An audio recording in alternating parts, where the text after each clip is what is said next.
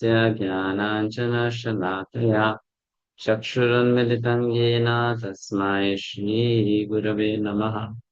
श्रीचैतन्यमनोभीष्टं स्थापितं येन भूतले स्वयं रूपः कदा मह्यं ददाति स्वपदान्तिकम्।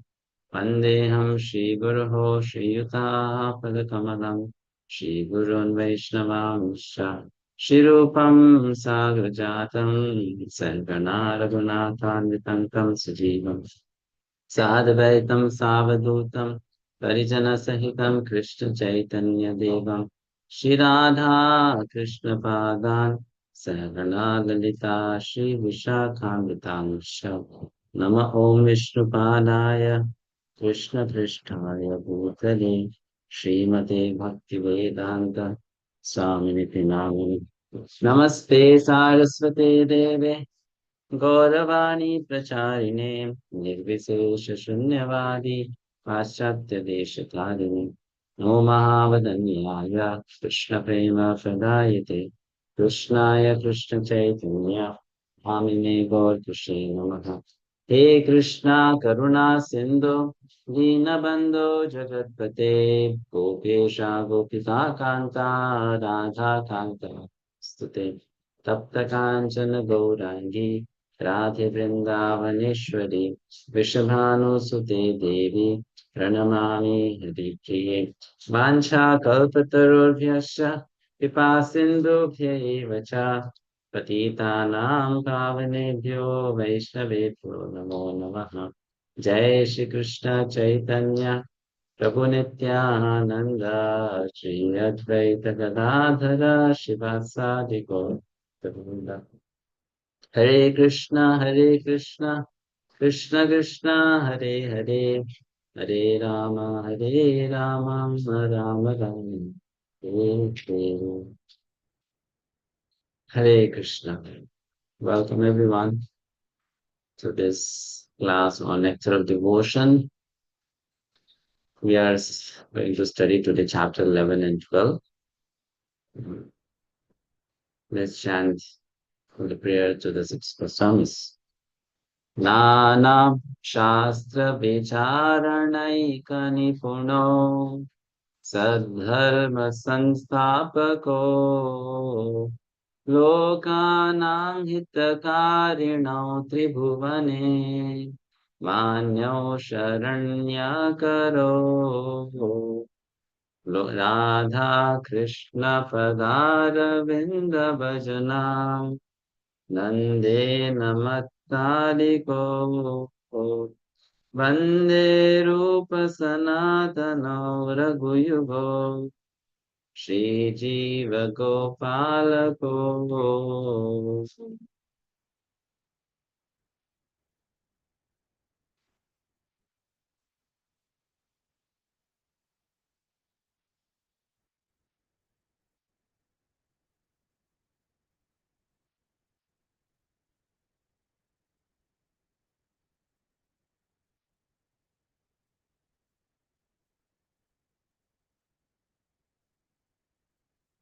Chapter 11.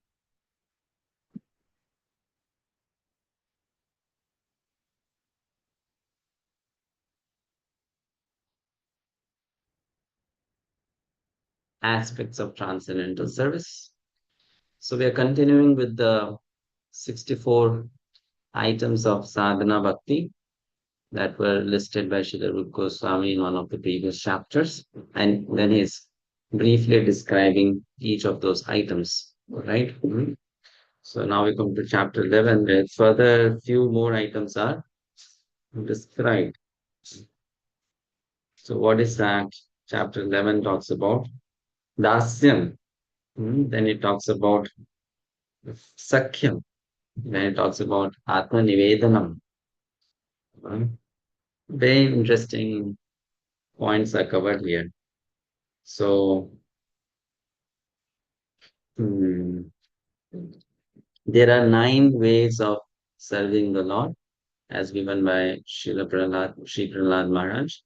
Shabanam, Kirtanam, Vishnu, Smaranam, mm, Shravanam, Kirtanam, Vishnu, Smaranam, Pada Sevanam. Archanam Vandanam Dasyam Sakyamata Nivedam. So we spoke about Vandanam, we spoke about Archanam, hmm? And now it's going to talk about Dasyam. Fine, in chapter 11. So Dasyam, servitorship, is of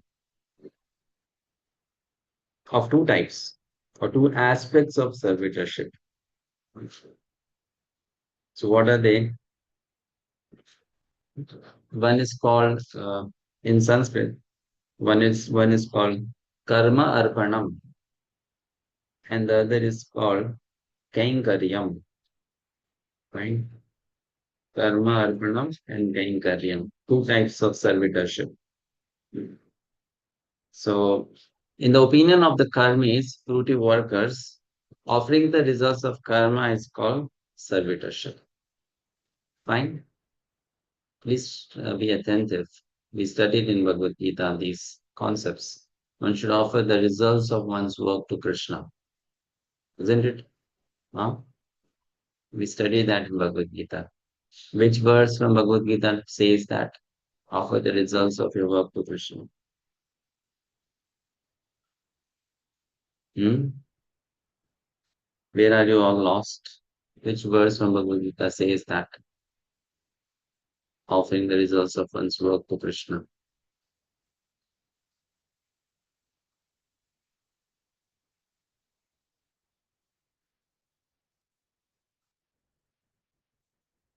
No one remembers? 2.47. Huh? 2.47. 2.47. Then Bhagavadgita. What is that verse? What is the translation of 2.47?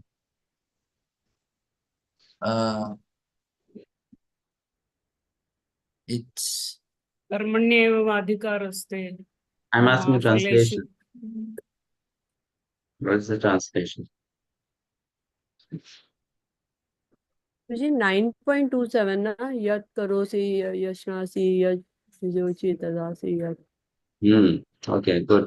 So it is 9.27. Whatever you do, whatever you offer to Krishna. whatever you Then offer or give away. yeah. So you have to offer the results of your work to Krishna. That's taught in Bhagavad Gita, isn't it? If you forget these things, then what is the benefit of studying? We should remember. We should be attentive. uh, so then the study is going to be beneficial. If we forget like that, that means we are not practicing. We are not trying to study enough. So one has to offer the results of one's work to Krishna. That's what Krishna said. Here, what is Prabhupada saying? In the opinion of the karmis, offering the results of karma is called servitorship.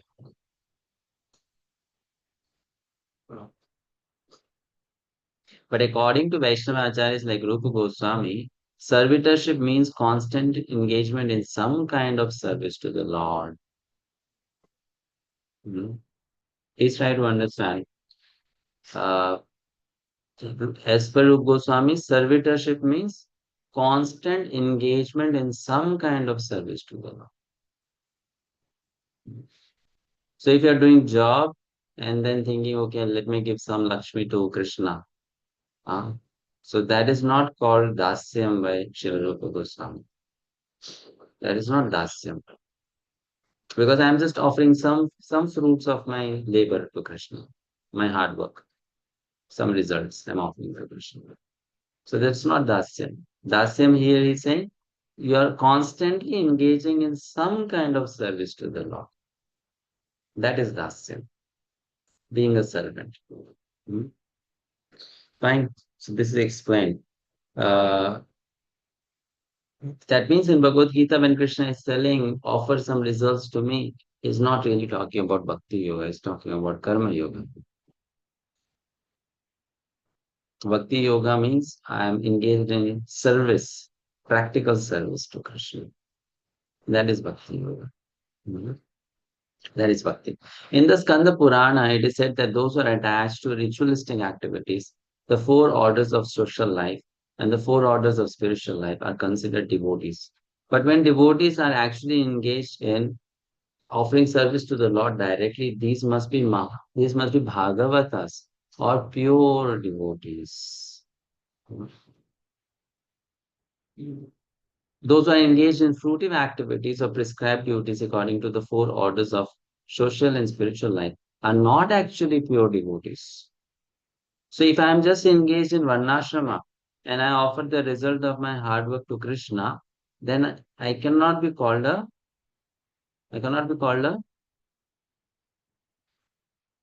Pure devotee. I Pure cannot be devotee. pure devotee. Then I can be just called a devotee, right? Or we say practicing devotee. You know? Even a devotee who is not practicing pure devotional service, just a devotee. Those who are engaged in fruitive activities, agree at that. But still, because they're offering the result to the Lord, they are accepted as devotees. They are accepted. So accepted means, okay, bhakta praya. Bhakta praya means not really bhakta, but accepted by the Lord as bhakta. Means manageable. Okay. Some kind of acceptance is there. Hmm? When one has no such desire but acts spontaneously out of love of God, such a person must be accepted as a pure. Spontaneously out of love of God. Hmm? Then that person should be accepted as a pure devotee. Right? Now, can you give example of spontaneous out of love? Can you give some example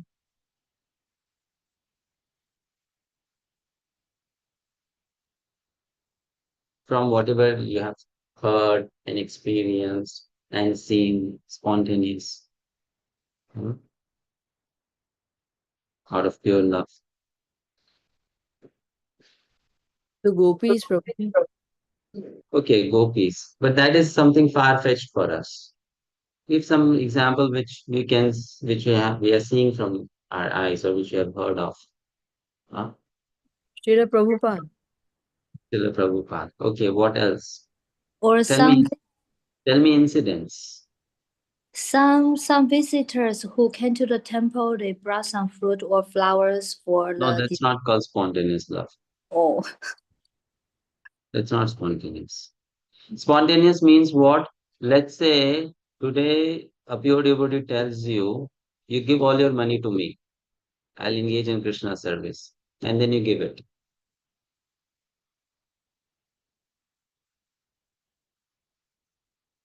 without any Jayanand. hesitation. Jayanand. Without any hesitation. That's called spontaneous love, where you don't calculate. You don't think, oh, what will happen if I do this? Will I get any benefit or not? Can I do this or not? How will I survive? Hmm.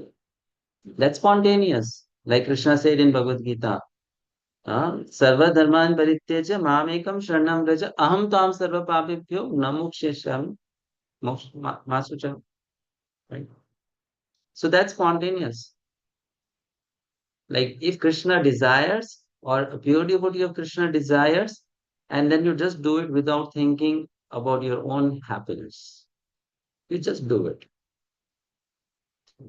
That's spontaneous. So when we use the word spontaneous, don't think it's a very easy thing. It's an easy thing.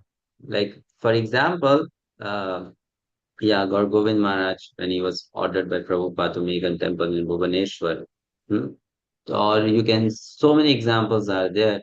Uh, Srila Bhakti Swami Maharaj, he was doing wonderful preaching in United States. Everything was flourishing. But then in a dream, he got an instruction from Srila Prabhupada, go to Africa. And he just left everything and went to Africa alone.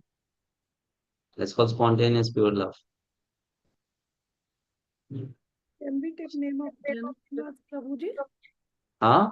Jananath Prabhuji. Those twin brothers in Mayapur, Jananath Prabhuji. Yes, yes, yes. There can be many such examples. So spontaneous means that. Spontaneous means it's not done out of intellect. It's not done just out of emotion. It is done based on pure surrender. And then that person is called a pure devotee of Krishna. Prabhuji, setting up of Govardhan Eco Village, that story is out of spontaneous love because there was nothing over there. Yes, so that spontaneous love of, say, His Holiness Radhanath Sai Maharaj. You know, he wanted to do it. So they dependence on Krishna and then doing things like that. That's spontaneous love for Krishna. Mhm. And a pure devotee will not just do it once in a day, once in a life. A pure devotee will do it any time it is asked of. You know, anytime it's asked of. In fact, a pure devotee will not also be attached to some particular project. A pure devotee will not be attached to a particular project, a particular initiative. Nothing. If Krishna says accept it, a pure devotee will accept. If Krishna says drop it, a pure devotee will drop. No. If Krishna says you stay in this world and preach for 10 more years, the pure devotee will preach. If Krishna says no, wind up everything and now leave your body, the pure devotee will be ready to do that also. So that's spontaneous. Spontaneous means it's not really based on any um, personal motive, right? And this surrender is of which is spontaneous nature. It is not incidental. It is not based on some particular incident. It is a constant flow in the heart of a pure devotee of Krishna. It's not that once in a while I did something like that spontaneously, so I become a pure devotee. No. A pure devotee will be doing that constantly, always. Always. Right? So that's why that level of devotion is very high, is very, very, it's very high. Uh, the conditioned souls who have come to this world, Srila Prabhupada further writes, the conditioned souls who have come into contact with the material world are all more or less desirous of lording it over material nature. The system of varnashrama and the prescribed duties under this system are so designed that the conditioned soul may enjoy in the material world according to his desire for sense gratification and at the same time gradually become elevated to spiritual understanding. So those who are following varnashrama, they will make progress, but their progress is very gradual. Mhm. Very gradual. Under this prescribed duties of Varna and Ashrama, there are many activities which belong to devotional service in Krishna consciousness. Those devotees who are householders accept Vedic ritualistic performances as well as the prescribed duties of devotional service because both are meant for satisfying Krishna. When householder devotees perform some Vedic ritualistic duties, they do so to satisfy Krishna. As we have previously discussed, any activity aiming at satisfying the Supreme Personality of Godhead is considered devotional service.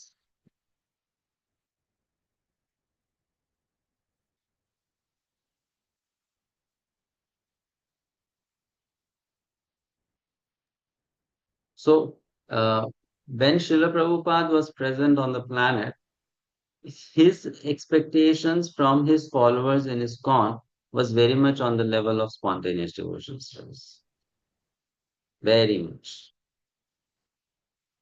Like very, very strongly Srila Prabhupada expected that. He would tell any person, okay, you go to this country, start preaching. Any person, you go and get married to this man or this woman, even if you don't know. You don't do this, you do this. And then they would also uh, immediately accept. Mm.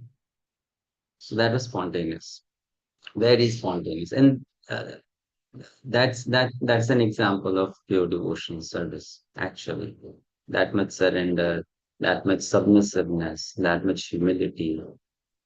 So though we are discussing the subject matter of pure devotional service, actually, if you properly understand Bhakti Rasamrita Sindhu, thoroughly study and understand, you will know that we are all very far away from that level of purity.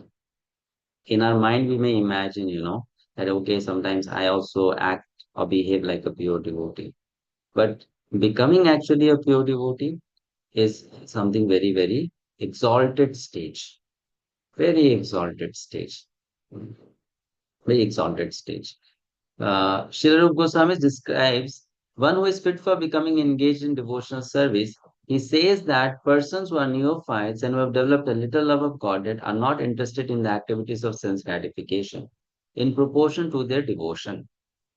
But if there is still some attraction for sense gratifying activities, then the result of such activity should be offered to Krishna. This is also engagement in the service of the Lord, with the Lord as the master and the worker as the servant. In the Naradi Purana, there is a statement of how this servitorship is transcendental. It is said there that a person who is constantly engaged in devotional service by his body, mind, and words, or even a person who is not practically engaged but is simply desiring to be so, is considered to be liberated.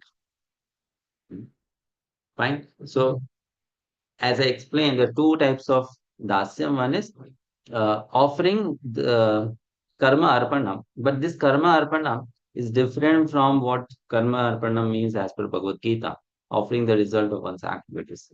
Karma arpanam means offering direct devotional activities to Krishna, offering your chanting to Krishna, because chanting is also a kind of karma. It's bhakti karma. Offering hearing to Krishna, offering studying to Krishna, whatever 9 limbs of devotional service we perform, that is a karma, bhakti karma we are doing by our body, mind, or sense, speech, and we are offering that to Krishna. Hmm? Fine. And the other is you offer the results of your varnashram duty to Krishna, that is karma arpana. And the next level of servitorship is kenkaryam. Kenkaryam means identifying oneself as a servant of Krishna, as a menial servant of Krishna. Kinkara, Kinkara means what should I do? Hmm, right? So very different. Now, two categories of karma arpanam. We discussed. One is you offer your japa to Krishna, you offer your archan to Krishna, you offer your dhyan to Krishna, all that you offer. That is karma arpanam. Hmm. And the other was offering the results of your karma. Hmm. But then the other is Kenkaryam. And Kenkaryam means what? I'm always ready for the service, any service. Hmm. Right? Now, that kind of Kenkaryam is very difficult to find in these days. In these days, if we are asked, generally no one will ask for a seva. But if we are asked also for a seva, we will give 100 excuses. I can't do this. I don't have time. This is not my nature. I don't like this. I have some other engagement. I have so many other things to do. So then that is not called pure submissiveness. Mm, that's not called pure submissiveness. Right? So therefore, if you tell someone, be very careful. If you tell someone or you approach someone that please engage me in Krishna Seva, so be careful of what you are saying. Do you really mean that?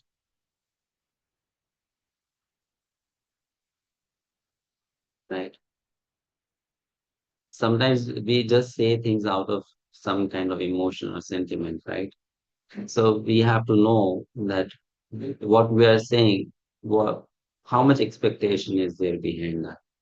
So at our level, maybe mostly what we are doing is I'm doing some work, I'm doing this, I'm doing that, and I'm offering to Krishna. That also, if I like to offer, as per my capacity, I'm thinking of to Krishna. But Kenkarya means what? You are 24 hours available. That is Kenkarya. Let's say you are staying with the spiritual master and the spiritual master tells you at 1 a.m. in the night, get up and start reading from Srimad Bhagavatam for me. And you are ready to do that.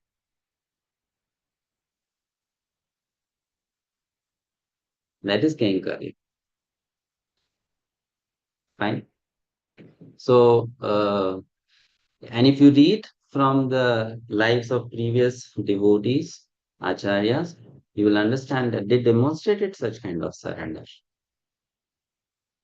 They demonstrated such kind of surrender, right? And until unless that kind of surrender is there, there will not be empowerment. We should know one thing. Sometimes we think that because I have resources, I have skills, I have abilities, I'll do seva. And I'll do something for Krishna. I'll do something for Srila Prabhupada. I'll do something. I'll do some preaching. I'll do this. I'll do that. But we forget to understand that any seva which can be pleasing to Krishna, pure devotion service, can only be done if you are empowered by the mercy of a pure devotee. Otherwise, on our own strength, we cannot render pure devotion service. But when we are empowered by the mercy of a pure devotee, then we can render pure devotion service. Or we can render devotion service which will be pleasing to Krishna. So this attitude of when you say I am a servant, I am a das, it means a lot. It means a lot. It means that you are making yourself available for unconditional surrender. And if you are ready for it, then we should speak it out. If you are not ready for it, then we should not just speak it out. Right? So this is a higher level of servitude. That's Hare Krishna, Prabhuji. Hare Krishna. Prabhuji, it's told that the people like grahasthas, then they can never be a pure devotee. They can be pure devotee. Why not? If grihasthas are fully surrendered to the will of the spiritual master. And if they're working in office,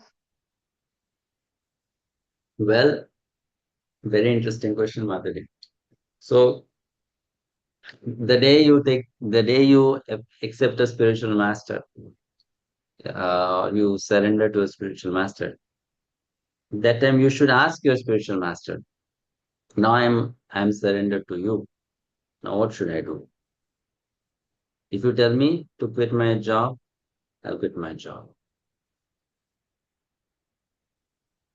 But do we express such desire or surrender? We don't. So the spiritual master knows this person does not have that much ability to surrender. So why should I tell?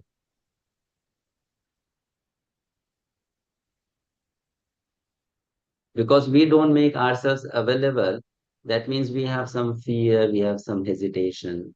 Our surrender is not complete, our surrender is conditional, isn't it? So because we don't make ourselves available, the spiritual master also does not expect from us. The spiritual master thinks, no problem, let this disciple of mine take some time. Maybe after 10 years, 20 years, he or she will surrender. We should know one thing, they are very patient. They know that not every single person who is taking Diksha is immediately surrendering. They just want to encourage us. Okay, take Diksha. Some little encouragement is there. But we should know this very clearly that those who are really pure devotees of Krishna, they are still waiting for each one of us to fully surrender, which we have not yet done. They're still waiting. When will that day come and you'll fully surrender? that's applied to females also, Prabhuji. Yeah, it applies to everyone. Females, males, children, old, grihasthas, brahmacharis, sannyasis, everyone. Females are supposed to be in home throughout the life. No problem. We can be at home throughout the life. That is okay. But that feeling of surrender has to be there. Prabhuji, you told now that we have to serve, well, we should be available 24 hours for. You have to be available. That doesn't mean you have to be physically available. You have to be available in your heart. Hmm. You have to be available in your heart. The spiritual master may give you an instruction in your heart also. If you make yourself available, then the spiritual master will also instruct in many ways, not just by physical meeting.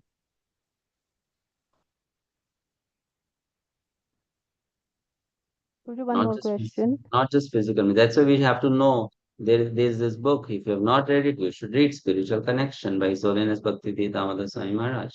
He talks about that. Hmm?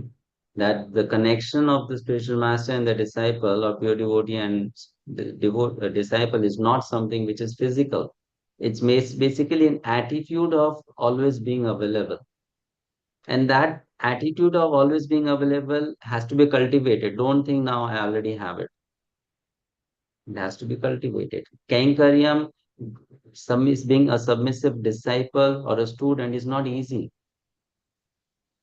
Therefore, what should be done is uh, in our life, whether you're a Mataji, you're a Prabhuji, you're married, you're single, there should be some devotee,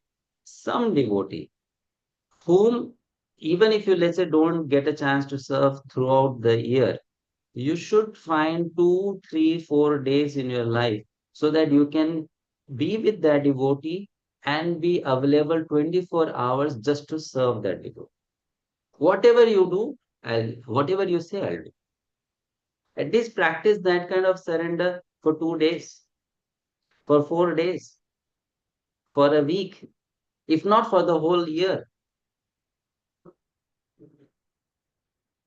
Yes, sir, this is very beautiful thought, Prabhuji. Yes, this can be done. This can be We tried. practice Yes. that servitorship for few days Hmm. so that some kind of training is received, some kind of understanding is received. What it means to be fully surrendered. Right. Actually, the purpose of all the yatras, whether we are going to Vrindavan, we are going to Mayapur, we are going to this place or that place, was to give the grihasthas an opportunity for experiencing this. But nowadays, unfortunately, yatras have become spiritual picnics.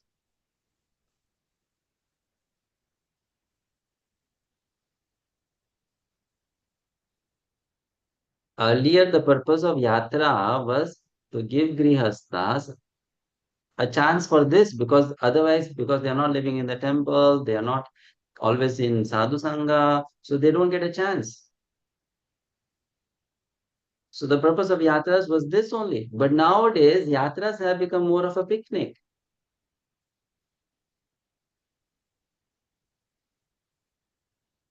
So those who understand the purpose of yatra should know that it's a chance for practicing that, practicing that. Kenkaryam. So if we practice for, let's say, few days, then maybe we can keep that attitude throughout the year after what we have learned from there, you know. So So can I that's ask one that. more question? Is Mahdi. प्रभु जी चंडीगढ़ में ना there is going to be diksha तो communication Prabhu भी आए थे to give a lecture on that तो he said कि when you are taking diksha means जैसे आपने अभी बोला कनेक्ट कर पाई मैं कि full surrender to Guru Maharaj and then he say कि when we say full time devotee हम सोचते हैं कि we are talking about brahmacharis only but everyone has to be full time devotee if he has to surrender to his guru maharaj. So Grihasthas should keep this in mind that they are also full-time devotee. They So are not also full-time devotees. They have to become full-time yes, devotees. मतलब हाँ they have to be means full-time devotee से ब्रह्मचारी की picture नहीं दिमाग में आनी चाहिए devotee के दिमाग में पिक्चर आनी चाहिए हमने मिसकंसेप्शन बना लिया है ये मैं उन्हें Correct. वहां पूछ नहीं Full-time पाई means प्रभु जी पर full-time means okay, someone living in the temple is full-time. That is not full-time. तो फिर जैसे अभी आपने बोला फुल टाइम मींस मेंटली गृहस्थ can be a full time devotee Not mentally. You have to be mentally, you have to be physically. Whatever you do, you have to do it for Krishna and for spiritual master, for devotees. But then how will you learn that without getting a training for it? यही question मेरे प्रभु जी मैंने तो पूछ नहीं पाई। मैं office में बैठ के यदि मैं कोडिंग कर रही हूँ 4 घंटे, तो उसको मैं कृष्णा के लिए कैसे कर सकती हूँ? मैं उन्हें पूछ ही नहीं पाई ये चीज। Puchna, you should have asked. But the thing is, this is how we need to learn that we have to surrender. And surrender is not something that it is a one day thing. Gradually, you learn to surrender. You surrender more, you surrender more, you surrender more. And the more you surrender, then the more Krishna reciprocates. And probably finally we will have to leave these things, na, actually, to be fully surrendered. Yeah, one day you have Maybe to, after few years, matlab, yeah, you have to leave. Someday you'll have to leave. Someday, uh, you may have to leave, you may not have to leave, but yes, fully actually, surrender means directly doing things for in the service of our seniors, devotees, ना. This ये तो sir हम उसी category में रहेंगे ना प्रभु जी। कर्म हम दे रहे हैं भगवान जी को, जो आपने इसमें बताया, second type of people who do work and they give their results to Lord Krishna. mm, But that is not actually required if we want to be serious. yes. Okay. Thank you, Prabhu. Okay, next, Anjali Mataji. Hare Krishna, Prabhuji, Dhanavad Pranam. Devotional service and friendship. Devotional service and friendship can be divided into two categories. The first is to act as the confidential servant of the Lord, and the other is to act as the well-wisher of the Lord. The devotees who have confidence in devotional service to the Lord systematically follows the rules and regulations with the faith that He will achieve the platform of transcendental life. The second type of devotional friendship is to become a well-wisher of the Supreme Personality of Godhead. In Bhagavad Gita, it is said that the Lord accepts a preacher as the most dear servant. Anyone who is preaching the confidential message of Gita to the people in general is so dear to Krishna that no one can be equal to him in human society. In the Mahabharata, Draupadi says, "My dear Govinda, your promise is that your devotee can never be vanquished." I believed in that statement, and therefore, in all kinds of tribulations, I simply remember your promise, and thus I live. The purport is that Draupadi and her 5 husbands, the Pandavas, were put into severe tribulations by their cousin brother Duryodhana as well as by others. The tribulations were so severe that even Bhishma Deva, who was both a lifelong brahmachari and a great warrior, would sometimes shed tears thinking of them. He was always surprised that although the Pandavas were so righteous and Draupadi was practically the goddess of fortune, and although Krishna was their friend, still they had to undergo such severe tribulations. Though their tribulations were not ordinary, Draupadi was not discouraged. She knew that because Krishna was their friend, ultimately they would be saved. A similar statement is there in the 11th canto of Srimad Bhagavatam, second chapter, verse 53, where Havi, the son of King Rishabha, addressed Maharaja Nimi. My dear king, a person who never deviates even for a moment from engagement in service at the lotus feet of the Supreme Person, engagement which is sought even by the great demigods like Indra, with firm conviction that there is nothing more worshipable, sorry Prabhuji, worshipable or desirable than this, is called the first class devotee. Shri Rupa Goswami says that a neophyte devotee who has simply developed a slight love of Godhead is certainly a prospective candidate for devotional service. When he becomes firmly fixed in such devotional service, that assured status becomes a confidential part of his devotional service. Sometimes it is found that a pure devotee lies down in the temple of the Lord in order to serve him as a confidential friend. Such friendly behavior of a devotee may be accepted as raganuga or spontaneous. Although, according to regulative principles, no one can lie down in the temple of the Supreme Personality of Godhead. This spontaneous love of Godhead may be grouped under the devotional service in friendship. Hare Krishna, Prabhuji. Thank you, Hare Krishna. Dhanavad Pranam. Next is Sakyu, friendship. Fine. Again, a very deep topic. Um, There are two kinds of friendship. One is called Vishwasa in Sanskrit, and the other is called Maitri. Vishwasa and Maitri. So Vishwasa means that you know Krishna is always going to protect you. That's called Vishwasa. That's a friendship. Pratikya tava govinda name bhaktah pranashyati iti sansmritya pranan sandharyamyaham. There is a verse like this which says that, "O Lord, O Govinda, you made a pratikya, you made a vow that your devotee will never perish. Name bhaktah pranashyanti." So I remember this again and again, and I maintain my life doing that. So this is Vishwas. Krishna will protect. Krishna will protect. Krishna will protect me. Right? So this Vishwas is there. You depend on Krishna for your protection completely. So example, Prabhupada gives about, Srila Prabhupada has given an example of taking from Rupa Goswami, Draupadi. She completely depended on Krishna for her protection. The Pandavas, so many tribulations in life, but they depended on Krishna. So this is a kind of friendship. Vishwasa. You are depending on Krishna. Fine. So this kind of friendship are not really possible at the level of sadhana. This kind of friendship is only possible for those who are perfected on the platform of Uttama Bhakti. Okay. Those who are already perfected on the platform of Uttama Bhakti, they can be like this, completely dependent on Krishna. Huh?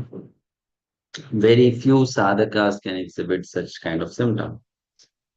So this is Vishwasa. Vishwasa is different from Shraddha. Shraddha means very little faith, the beginning faith. Vishwasa means strong trust. Krishna will protect you. Krishna will help you. So those who have Vishwas in Krishna, whatever may come in their life, they don't become very disturbed.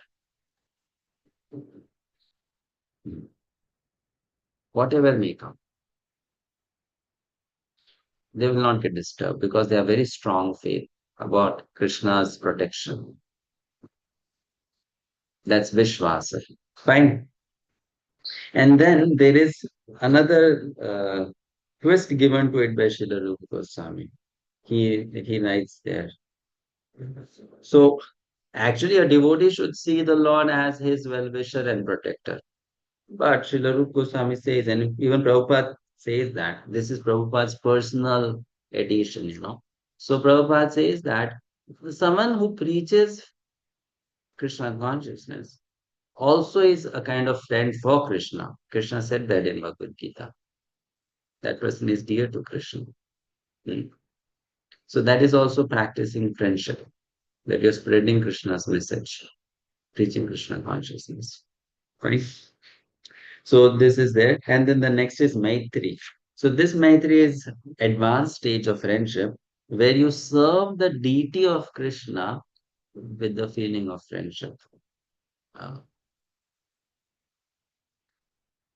An example is given that you may sometimes sleep in the same room as the deity, thinking that maybe Krishna will need something at night. Maybe Krishna will need something, so I should be available. That kind of feeling. So then that friendship comes at a very advanced stage. Generally, a neophyte is asked not to sleep uh, next to the deity, sleep in a different room. But then, if you have developed that kind of friendship with the Lord, then you would prefer to take rest in the same room in which the Lord is present. Fine. So that's second level of friendship.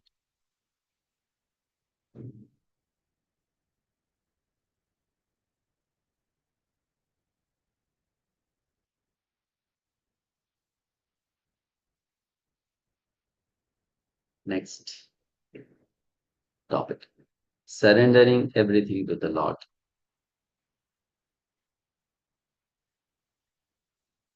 Regarding complete self-surrender, there is a nice description in the 11th canto of Srimad Bhagavatam, 29th chapter, verse 34, where the Lord says, "A person who is completely surrendered unto me and has completely given up all other activities is protected by me personally, both in this life and in the next." In other words, I wish to help him become more and more advanced in spiritual life. Such a person is to be understood as having already achieved sarshti, having equal opulences with the Supreme. It is um, it is also confirmed in Bhagavad Gita that as soon as a person surrenders under the lotus feet of Krishna, Krishna takes charge of him and gives him a guarantee of protection from all sinful reactions. He also instructs from within so that the devotee may very quickly make advancement towards spiritual perfection. Mhm. So, um, this surrender is, as we are trying to emphasize again and again, it's a rare. When you surrender, you don't surrender, uh, thinking of your benefit. You just surrender. Mhm.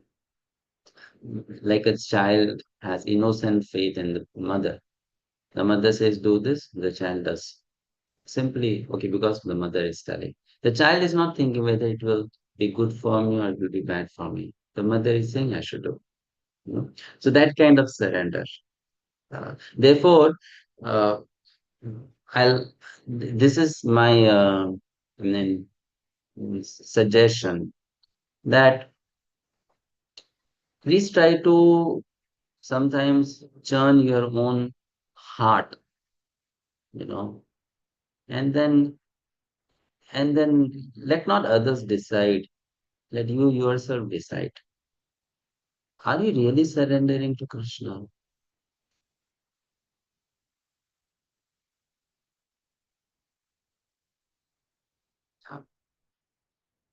Let us not show to others whether I am surrendered or not.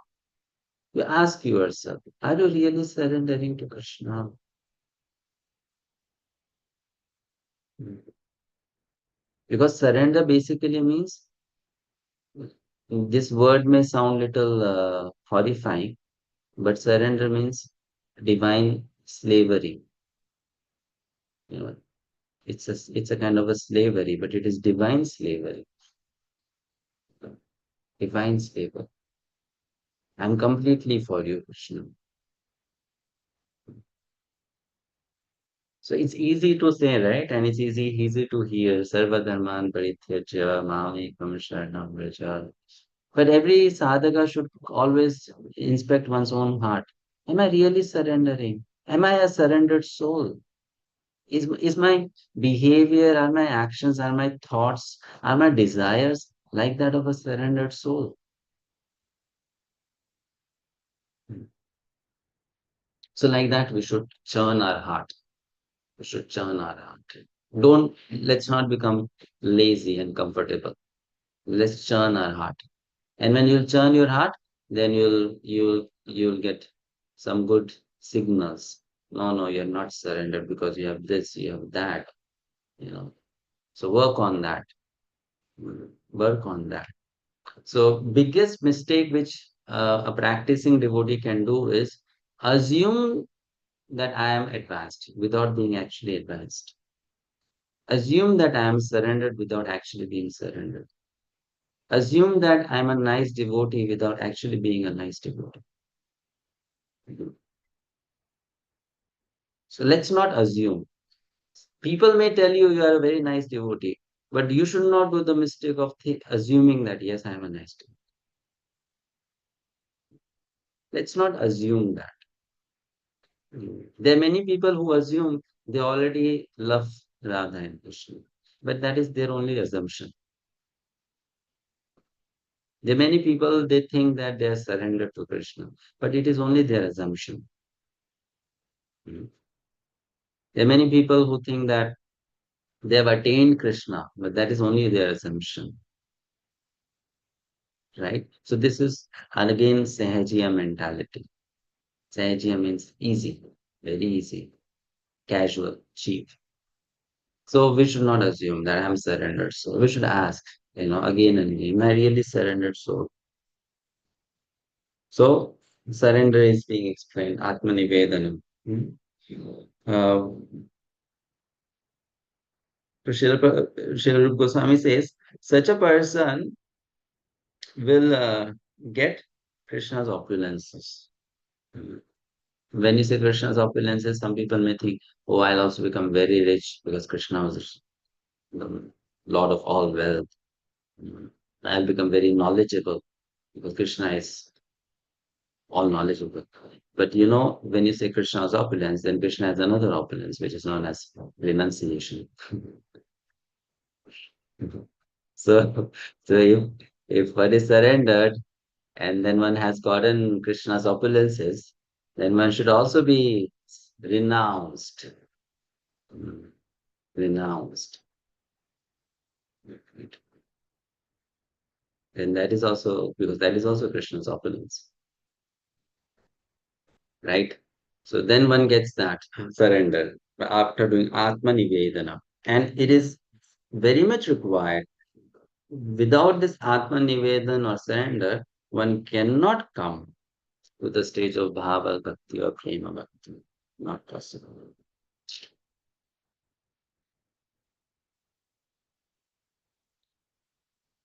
It is very much required. When the self-surrender is there, then only one can come to the stage of Bhava Prema. Before that, there is no Bhava. There is no Prema. Therefore, Atma Nivedan is the last. Shravanam, Kirtanam, Vishnu Smaranam, Bhava Sevanam, Archanam, Vandanam, Dasyam, Sakhyam, Atma Nivedanam. So when you say Dasyam, it's almost like Nishtha. Anartha Nivritti is gone. Done. Nishtha. When you say Sakhyam, then you are somewhere at the stage of Ruchi and Asakti. When you say Atma Nivedanam, then you are at the stage of Bhava or Prema. Fully surrender. Next paragraph. This self-surrender is called Atma Nivedana. According to different authorities, self is differently defined. Self is sometimes considered to refer to the spirit self or soul, and self is sometimes considered to refer to the mind or to the body. Full self-surrender, therefore, means not only surrendering oneself as spirit soul, but also surrendering one's mind and body to the service of the Lord. Srila Bhaktivinoda Thakur has sung a nice song in this connection. While offering himself as a fully surrendered soul, he said, my mind, my household affairs, my body, whatever is in my possession, my dear Lord, I offer to you for your service. Manasa deha geha jo kuch more, arpilu tuha pade nanda kishore. This is that song. Now you can do with them as you like. As you like. Very interesting, you see. I offer everything I have to you. I have to you. Now you do with that thing as you like. Please try to understand. As you like. You may offer your body to Krishna, and then Krishna can make that body sick. A diseased body. And you accept it. As you like. You may offer your home to Krishna, and then that home may catch fire and burn to ashes. As you like. So you offer whatever you offer, and then you don't expect how Krishna is going to deal with that thing. It's fine. So that is surrender, complete surrender. Right? So our acharyas, their life demonstrates all these qualities.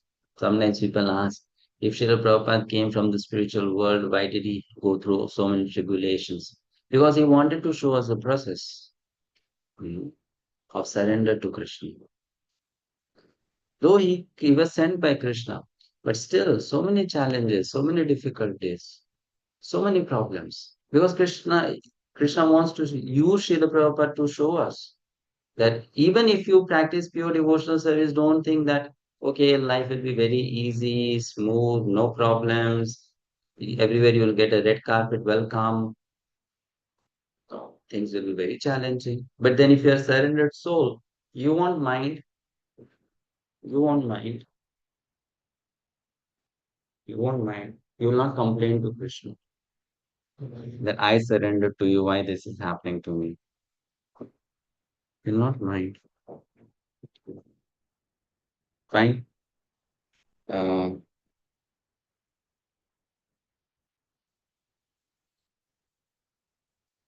Next. So these paragraphs, continue reading. Mm. So if you now you can do with them as you like. You are the supreme possessor of everything. So if you like, you can kill me, or if you like, you can give me protection. All authority belongs to you. I have nothing to claim as my own.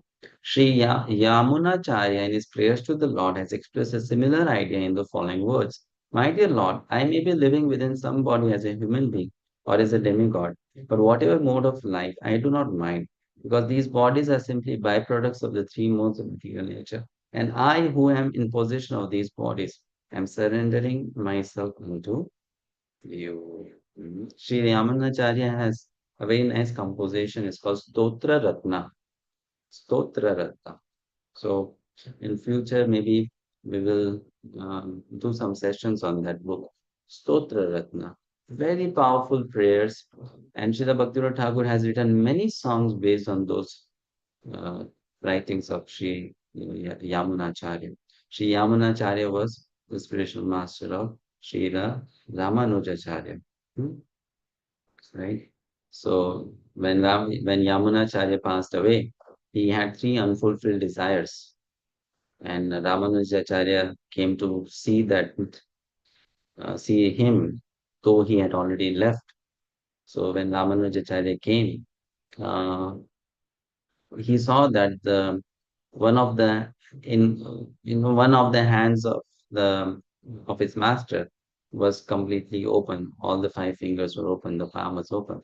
But in the other hand, he found that three fingers were closed, mm, like that. The palm was like this of the body. So Ramanujacharya saw that as a hint from Yamunacharya. So then Ramanujacharya made three vows that day. That today I promise I'll do this, then one finger opened. Then I made the second promise, then the second finger opened. He made the third promise, then the third finger opened. You know. So then everyone understood that though Yamunacharya has left, Ramanujacharya still can understand the mind of Yamunacharya. Therefore, he should be made the next Acharya. So that's how Ramanujacharya became then the Acharya of Sri Sampradaya. Hmm. So very great personality. In the Hari Bhakti Viveka, there is a statement regarding how one can offer his body in self-surrender. There the devotee says, my dear Lord, as a souled animal has no need to think about his maintenance and sustenance. So because I have given up my body and soul unto you, I am no longer concerned with my maintenance and sustenance. In other words, one should not bother about his personal or family maintenance or sustenance. If one is actually surrendered in body and soul, he should always remember that his only concern is to be engaged in the service of the Lord, right? But the thing is, these kind of uh, sentiments and consciousness cannot be imitated. If it is genuine, it is good. If it is an imitation, we will suffer. Because when you imitate the sentiments and consciousness of devotees who are at advanced level, you are doing a parad of imitating them and trying to show to the world that you have become like them. So it should not be imitated. Which means what? We should always function within the boundary of our adhikar.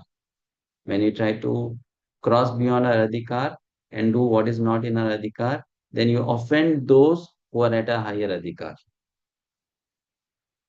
Mhm.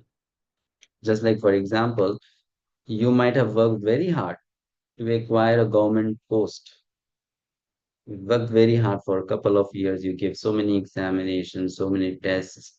You went through so many interviews. and then you acquired a certain government post. Hmm?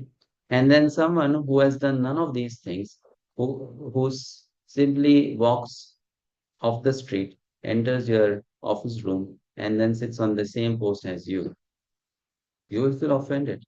Hey, you have not done anything to come here. Why are you sitting on the same platform, on the same level? First of all, you get qualification. Then you can sit here. I have worked very hard to come here. You have not paid any price to come here. Similarly, when we are at a lower platform of bhakti, but we try to imitate those who are at a higher level of platform of bhakti, they get offended. What did you do to come to this level? You did nothing. So don't imitate. Don't imitate, right? Stay where you are. And from there you make progress. From there you make progress. So, imitation is very bad. This is the most dangerous thing in spiritual life, to imitate. Just because someone else is doing, I will also just copy without understanding whether I'm qualified for it or not. I'll just copy. Very dangerous, very, very dangerous. Srila Rupa Goswami says that devotional service in friendship and devotional service in self-surrender are two difficult processes. Therefore, such relationship with the Lord can very rarely be seen. Only for the advanced devotees are these two processes easily executed. The purport is that it is very rare to see surrender that is mixed with sincere, ecstatic devotion. One must give himself completely to the will of the Lord.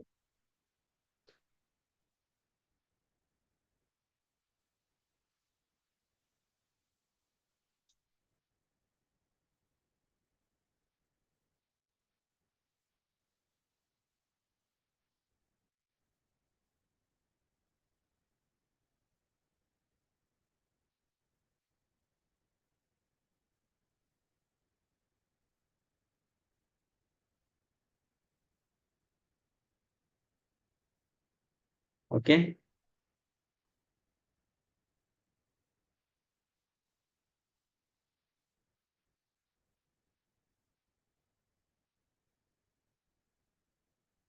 Next paragraph. Yes, Vrindarani Mats, do you have a question? Yes, I do have question. You said that we should not imitate and we should act according to our adhikar. But how can we know what is our adhikara? Because sometimes imitation happens not with the purpose to cheat ourselves or others, but sometimes we are not aware. We are, for example, we are reading about some advanced person and we are inspired and we think that we can do it or act on the same level. And later we found that it's not our level. Mhm. Yeah. So that's why sometimes we may do such silly mistakes, but then those silly mistakes are forgiven. You know, it's like you did it just because it was a whimsical act. You did it. So then there'll be some reaction for it. Now, when you get a reaction for it, then you should become careful. No, no, I should be careful next time. So some people will learn, some people will never learn. We should know one thing, that being a sincere devotee doesn't mean to be a perfect devotee. Being a sincere devotee means one who is learning sincerely. A sincere devotee can also make mistakes. A sincere devotee can also commit offenses. But a sincere devotee learns from the mistakes. A sincere devotee learns from the offenses. And a sincere devotee then doesn't do it again. Right? But those who is not sincere, they will never learn. They continue to be the same. So those who are neophytes, they will make mistakes. Even if that person is sincere, he or she will make mistakes. If that person is not sincere, he or she will also make mistakes. Everyone will do that. But those who are sincere, they will learn from the mistake. They'll become alarmed, you know. Like, I'll give you an example how sincerity matters. Today, uh, in the Mangal Aarti, a devotee was singing the Guru Ashtaka prayers. So he just was going to complete the singing. The conch had been blown. When the conch is blown, means Aarti is completed. Now you should stop singing. You should end the singing. Then there'll be Prema Dhwani, right? That's how the thing. So at the last uh, set of Mahamantra which he had to sing, he went off the beat. Went off the beat means the kartal was in a different beat, the mridanga was in a different beat, and he was singing in a different beat. So of course, when things happen like that, then you will not tell that person by shouting at that person, no, that you have gone off the beat. You can't do that in a public place. So I was just standing in front of him. So I gave him uh, a little serious look from the corner of my eye.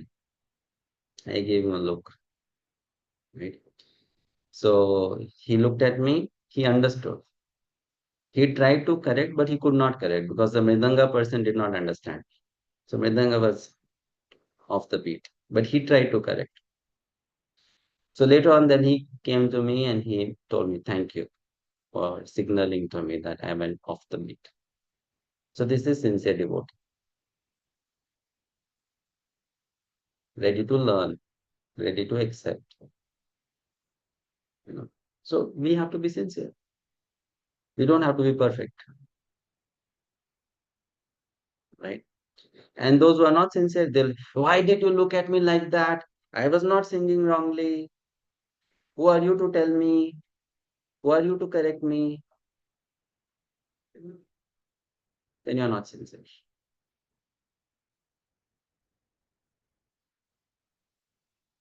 Because it's not that always Krishna will come and tell you, you are wrong.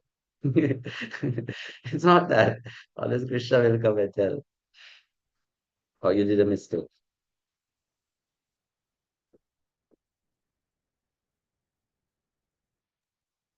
Thank you. Thank you, Krishna. So we have to learn like that. I remember once I was in Mauritius and we were doing Mangala Aarti. We were doing it at one devotee's house.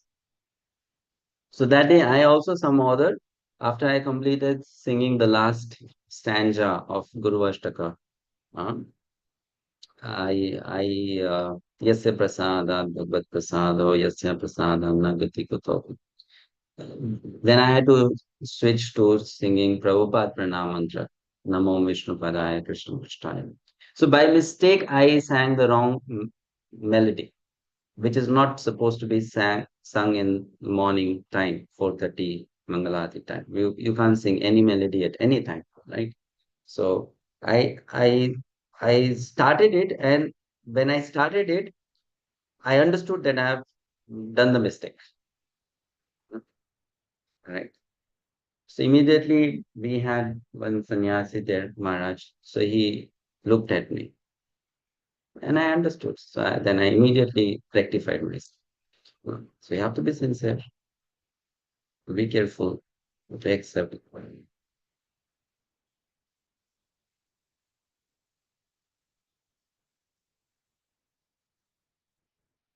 Okay. So we should be sincere. Very important. So mistakes we make. That's okay. Next.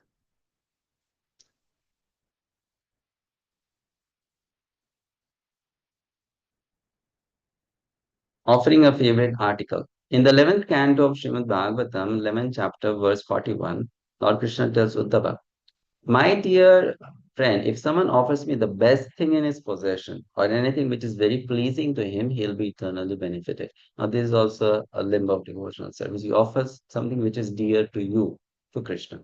Actually, it is both ways. We offer to Krishna what is dear to Krishna, and we also offer to Krishna what is dear to us. Both the ways.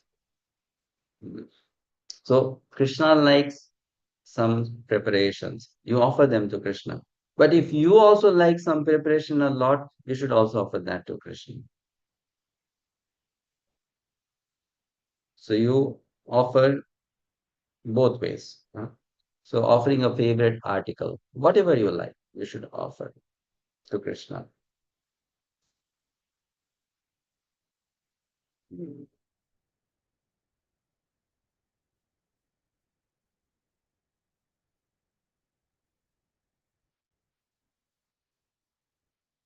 Fine. Performing all endeavors for Krishna. In the Narad Pancharatra, there is a statement of how one can act in all spheres of life for the satisfaction of the Lord. It is stated here that a person who is actually in devotional service must be engaged in all kinds of activities, those prescribed in the revealed scriptures and also those that are accepted for livelihood. Hmm. In other words, not only should a person, devotee, engage himself in the prescribed duties of devotional service that are mentioned in the previous scriptures, but he should also perform the duties of his practical life in Krishna consciousness. For example, a devotee who has a great establishment or factory may offer the fruits of such a material possession for the service of the Lord. So here there's very clear mention of what you wanted to know with Vinda Mataji, that even if you are doing a material duties, you offer the results of those duties to Krishna. So that is also accepted as an anga of sadhana. Tad arthe akhila cheshtitam. So one can even do that. Being a surrendered soul. In the Hari Bhakti Vilasa, there is the following statement about self-surrender. My dear Lord, a person who has surrendered himself unto you, who is in firm conviction that he is yours, and who actually acts in that way by his body, mind, and word, can actually relish transcendental bliss. In the Narsinga Purana, Lord Narsingadev says, anyone who prays unto me and takes shelter from me becomes my ward, and I protect him always from all sorts of calamities.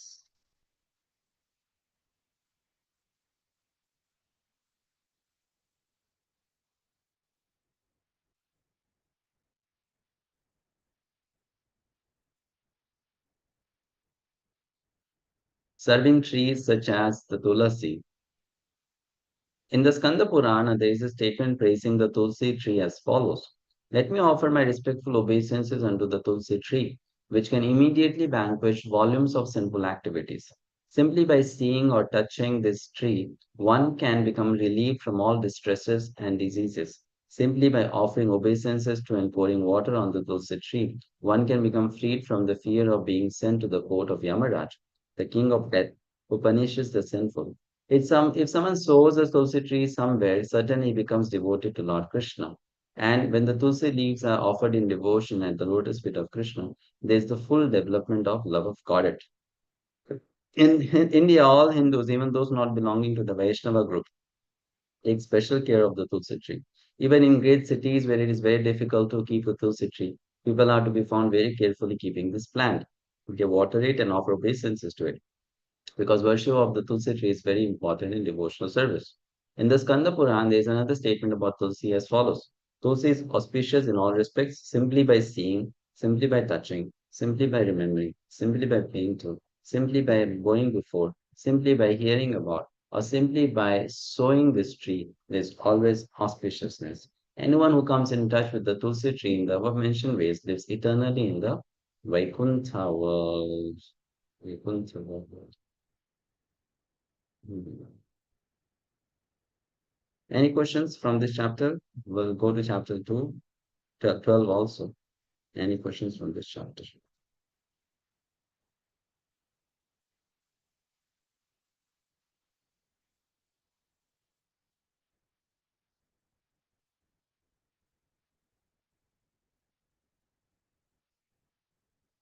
Krishna. Uh,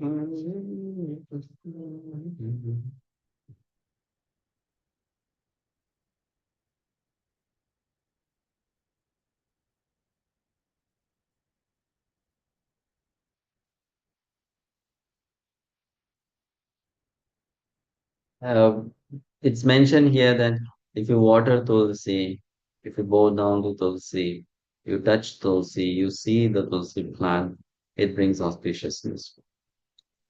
But then all those things also should be done consciously. It should not be done in a very rajasic manner or tamasic manner. I have noticed that in iskcon temples, every day we do tulsi arati in the morning and also in the evening. And devotees come to the temple and then they just follow what others are doing. So they circumambulate the tulsi plant, and after that they offer water to tulsi.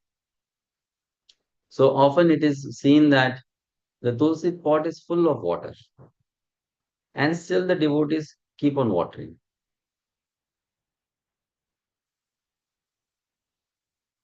That is stupidity. Any plant has a limit of accepting water. If you offer water more than what the plant needs, then the plant is going to die, isn't it? So sometimes when it's mentioned in Nectar of Devotion, don't do devotional service mechanically. This means mechanical devotional service. You are doing it just as a ritual. You are not doing it consciously. And we are putting so much water in the Tulsi plant. Is this seva to Tulsi, or is it just a ritual that I am doing? It's a ritual. So if the Tulsi pot has sufficient water, then either you change the pot, offer water to a different Tulsi plant. Don't continue pouring water on that Tulsi plant. And then some devotees, they see, okay, the other devotees, they are touching the Tulsi leaf or they're touching the Tulsi plant. So I should also follow. But in the process of doing that, sometimes uh, they do it so, so much in haste or hurry, or they do it so much harshly that sometimes they plug the leaf, sometimes they break the twig. That's not seva. So it has to be done in a very careful manner, very careful, not in a childish manner, very careful manner. Mm. So, not as a ritual, because everyone is touching, I also touch. No, you should not touch. Be careful. If you are touching, do it properly. Right? Prabhuji, can I ask a question? Hmm. You are taking some tulsi leaves from the plant at home. Is there any mantra to be chanted when we are Yeah, there are mantras. You bow down to the tulsi plant, then you chant a mantra. Right? I'm plucking these leaves for the pleasure of Lord Krishna. And then you pluck the leaves. You take the permission. Why are you plucking? Not for making a medicine for myself. And plucking these leaves for offering to Lord Krishna, for Krishna's sake. Then you pluck the leaves. And then after you pluck the leaves, then you offer obeisances again to the Tulsi plant. Again, it's a matter of consciousness. Those people who know, they will do it rightly. Those who don't, they won't do rightly. When you're plucking the leaves also, which leaves to be plucked? You don't pluck any leaf. You those which pluck are the leaf. about to fall? Yeah, you pluck the leaves which are about to fall. And when you pluck those leaves, you don't have to really pluck them. You just touch the leaf and the leaf is going to come. Yeah. And also, Prabhuji, one more thing, But when we some cut, devotees, some people I have seen, while plucking the leaf, they will remove the skin of the tree, the skin of the plant. Hmm. So then that's not the right way to do it. and when we cut the manjari, Prabhuji, Manjaris can be cut. That's okay. You can cut from the upper part. You know. That's an extension. So you can cut from the upper part, not from the part which is the soft stem or branch, but like the hard part. Mm, the hard part. Just like when you're cutting the hairs. So what do you cut? You cut the hairs. You don't cut the skin. Mm. So similarly, when you cut the manjari, then you cut the upper part, not the section where it is soft. and also no manure to be put in the tulsi plant. There's nothing like that. You can put manure, but then the manure should be natural manure. You can put natural manure. And Prabhuji, what is that mantra? Can you please tell? Yeah, I'll send it in the group. Thank you.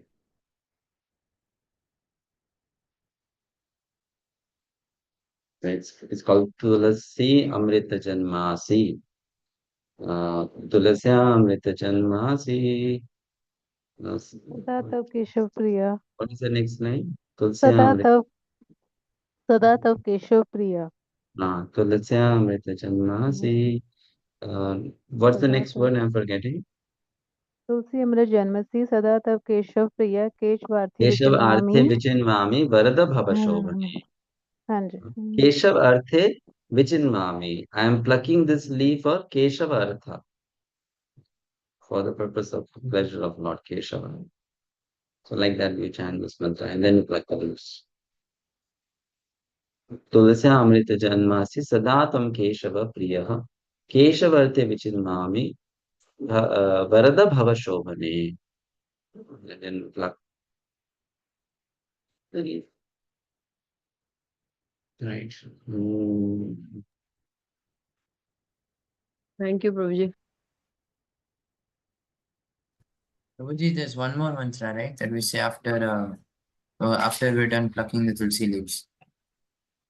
Sorry, Prabhu.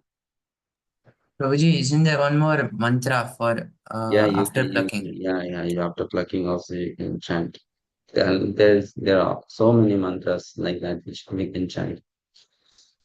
Set of mantras are there. You can find it easily, or if you just go Google search mantra to pluck leaves from Tulsi, other mantras you'll get. It is Hmm. available on iskcon disciple tree, Prabhuji, desire tree. Yeah, desire tree will be there. Yes. So we chant like that.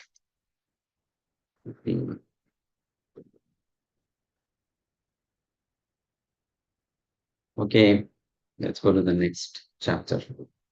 Chapter 12. Further aspects of transcendental service. Hearing the revealed scriptures. Hearing the revealed scriptures, such as Ramayana, Mahabharata, Purana, Upanishad, Vedanta. These are all revealed scriptures. So we should hear those revealed scriptures. This is again an anga of bhakti.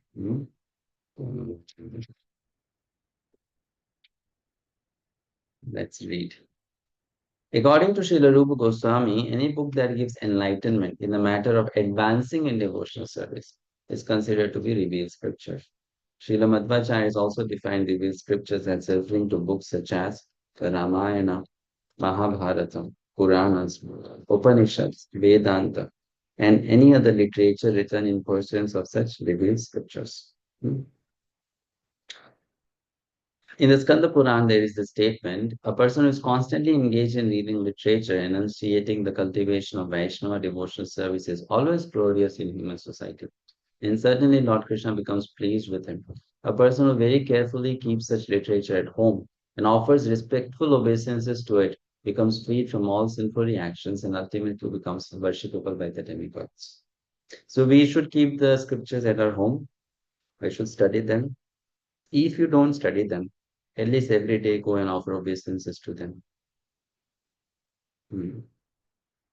Don't neglect them. Okay, I brought the books.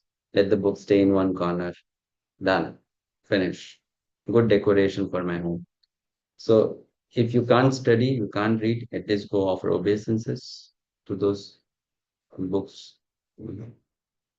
We clean them. It's just like a proper understanding has to be there. A scripture is not different from the deity of Krishna.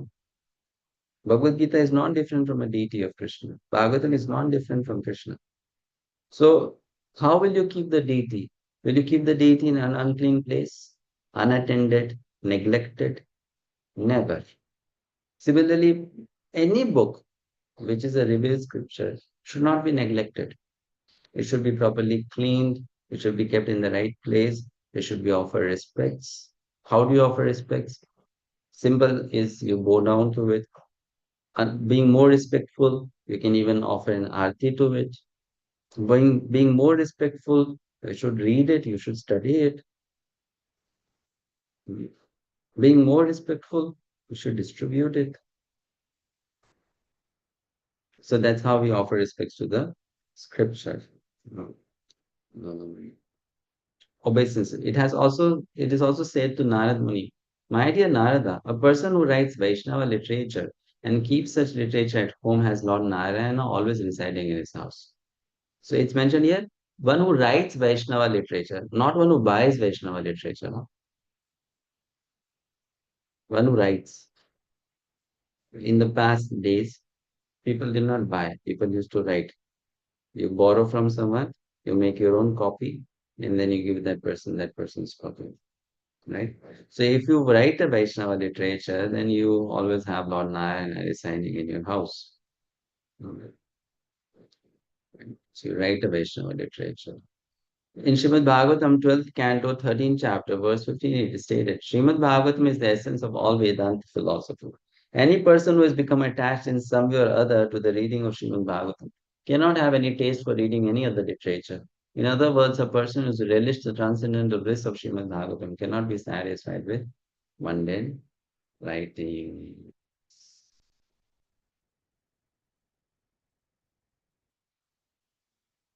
Okay, next. Residing in Mathura, Mathura Vas. Aryan Prabhu, please read. Hare Krishna Prabhuji, Danat Pranam. Residing in Mathura, in the Varaha Purana, there is a statement praising the residential quarters of Mathura.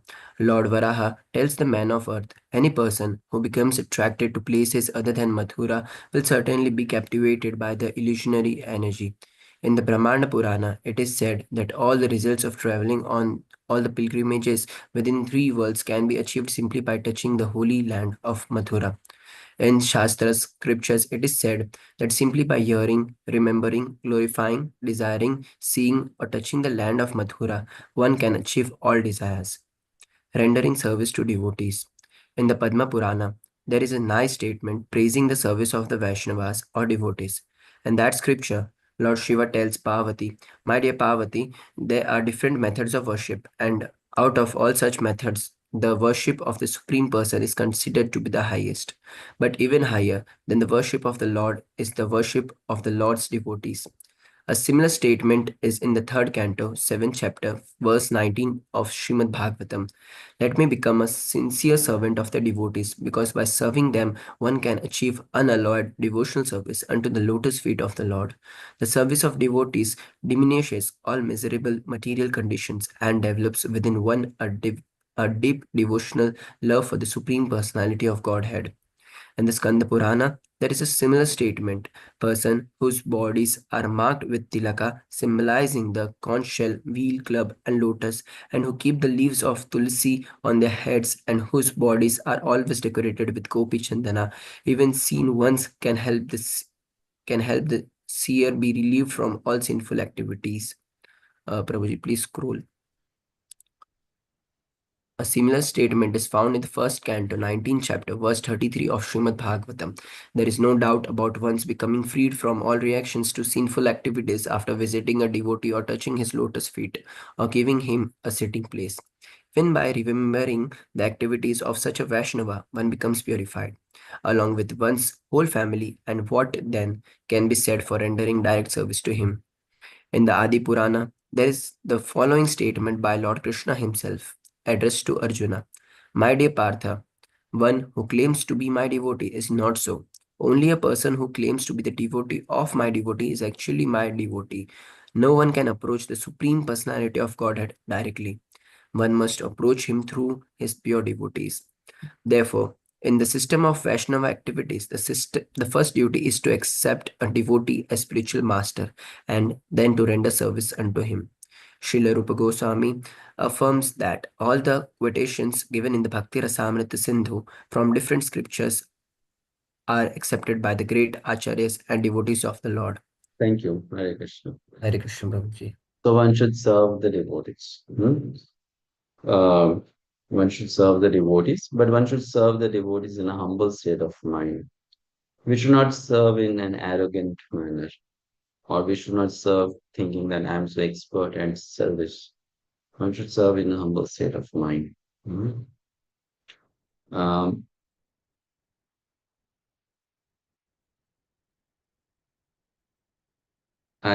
Service has to be done in a very, very unconditional manner. That is very pleasing.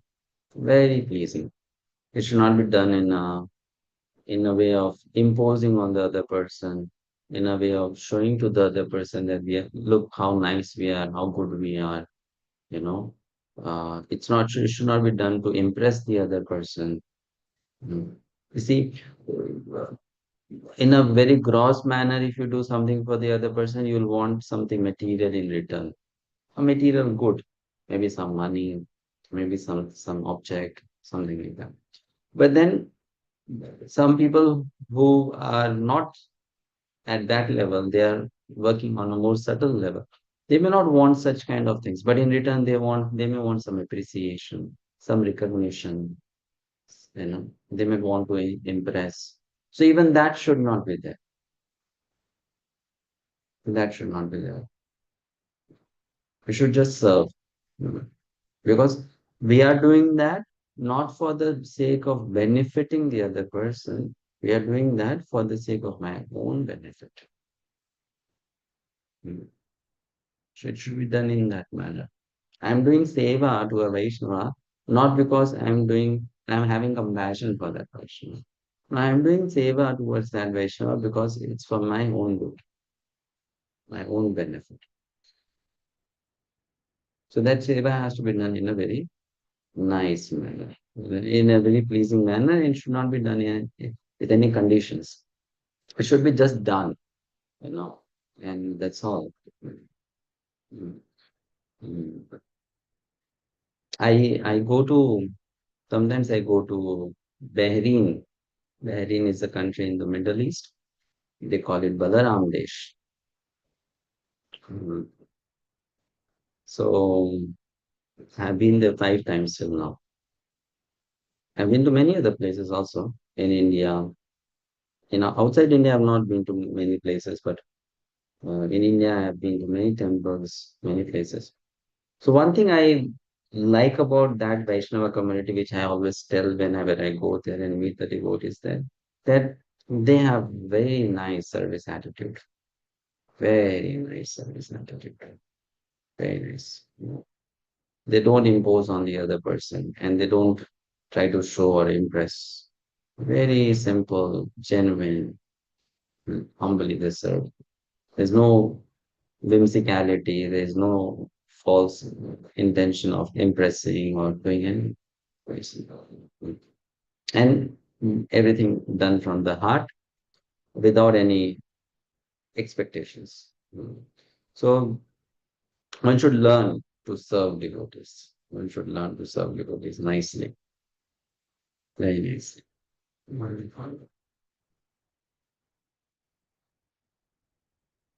Serving the Lord according to one's position. Yes, Usha Mataji. Hare Krishna Prabhuji, Sadhu Pranam. Serving the Lord according to one's position. In the Padma Purana, there is a statement that they should perform the ceremonies for the Lord according to one's financial position. Everyone should observe the different ceremonies and celebrations of the Lord by all means. Performing devotional service in Kartika. One of the most important of these ceremonial functions is called Urja Vrata. Urja Vrata is observed in the month of Kartik, October, November, especially in Vrindavan. There is a specific program for temple worship of the Lord in his Damodara form.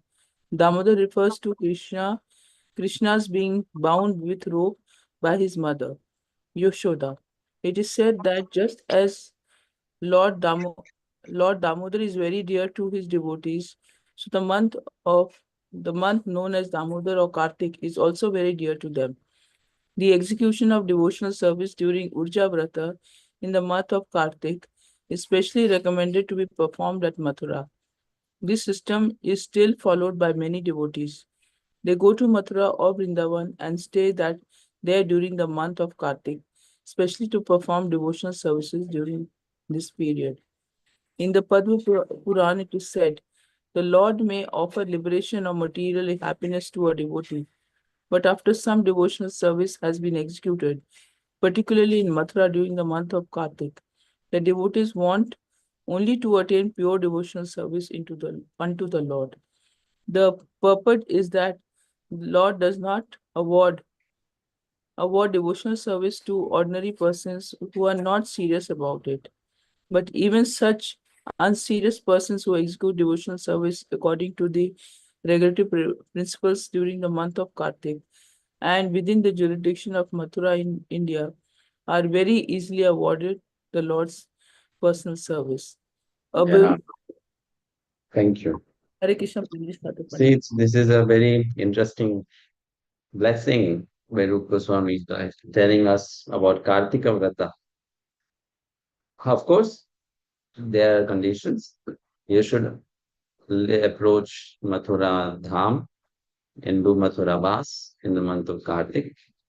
But one should engage in devotional service as per the regulated principles. Hmm. And then one may get entrance into pure devotional service by doing that. So one should engage in devotional service as per the regulated principles in that 1 month of Kartika. Then one may get entrance into pure devotional service. Next, Anjali Mataji. Hare Krishna Prabhuji. Dandavat Pranam. Observing festivals celebrating the Lord's activities. In the Bhavishya Purana, there is a statement about observing different ceremonies celebrating the Lord's appearance, birthday, and other transcendental activities. It is said that, my Lord Janardana, Krishna, please let us know the date when your mother Devki Devi gave birth to you. If you kindly inform us about this, then we shall observe a great celebration on this date. O killer of Keshi, we are souls 100% surrendered unto your lotus feet, and we wish only to please you with our ceremony.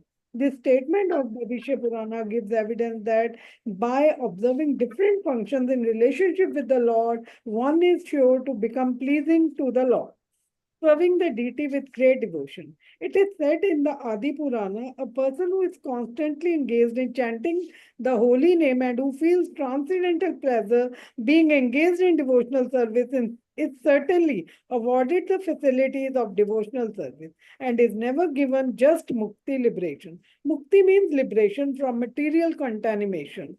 When liberated, one does not have to take birth again in the material world.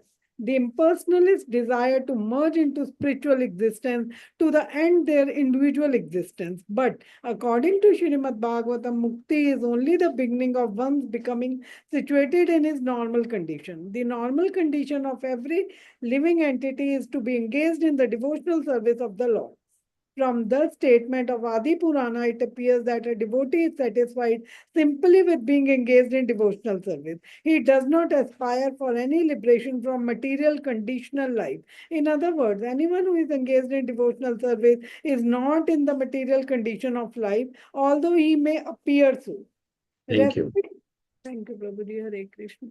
Hare Krishna.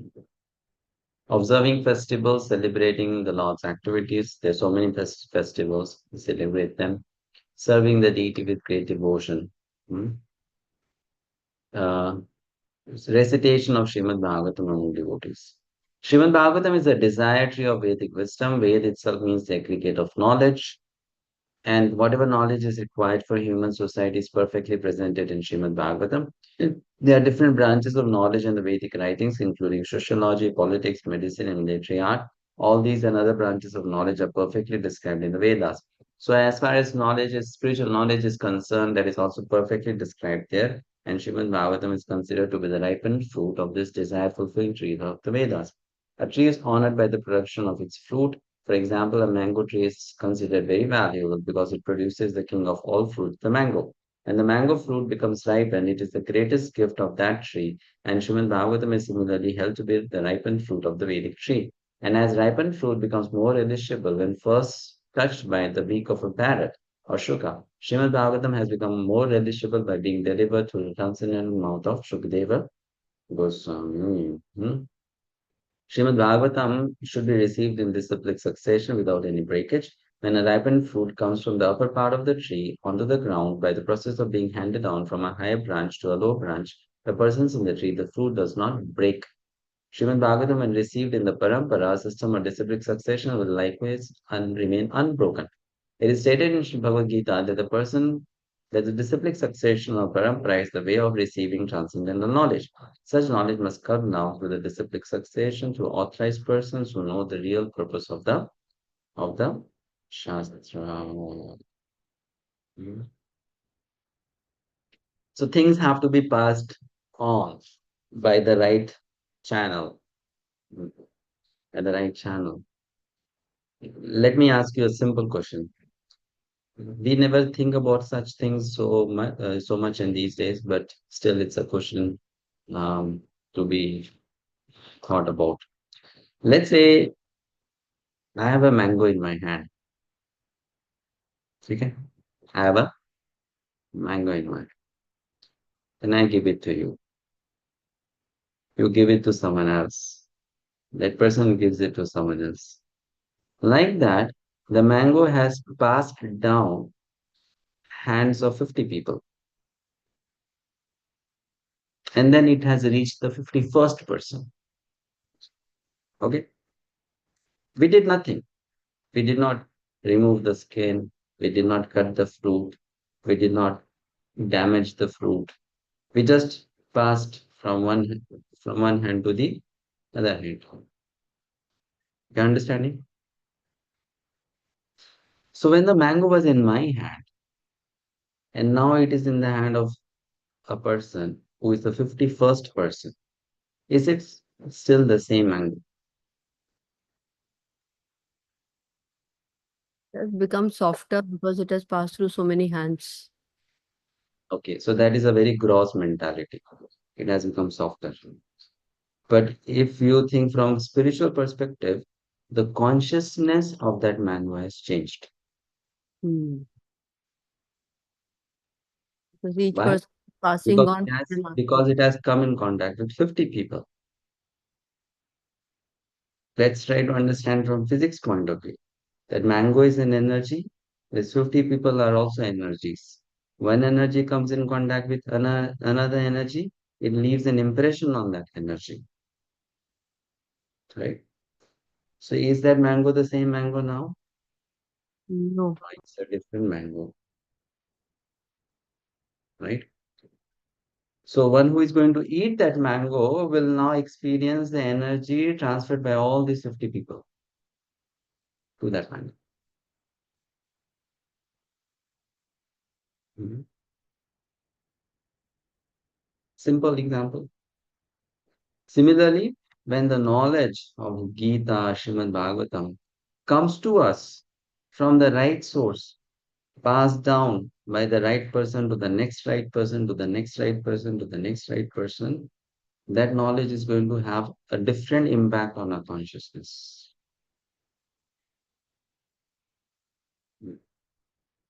And wherever that knowledge has come to us from a wrong source, from a wrong hand, there is an impression on it from that person. So when Prabhupada says here, no, the fruit should not be broken. Someone may think, how can the fruit be broken? I'll be very careful, no? So you can be very careful physically, but what about your consciousness? By consciousness also you can break the fruit. The fruit may lose its nutritional abilities.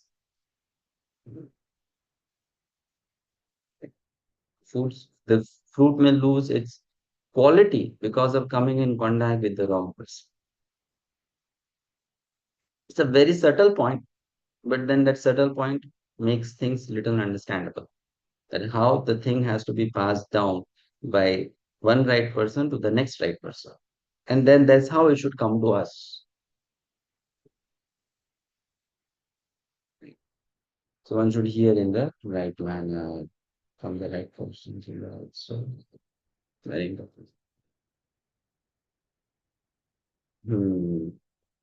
Okay, next.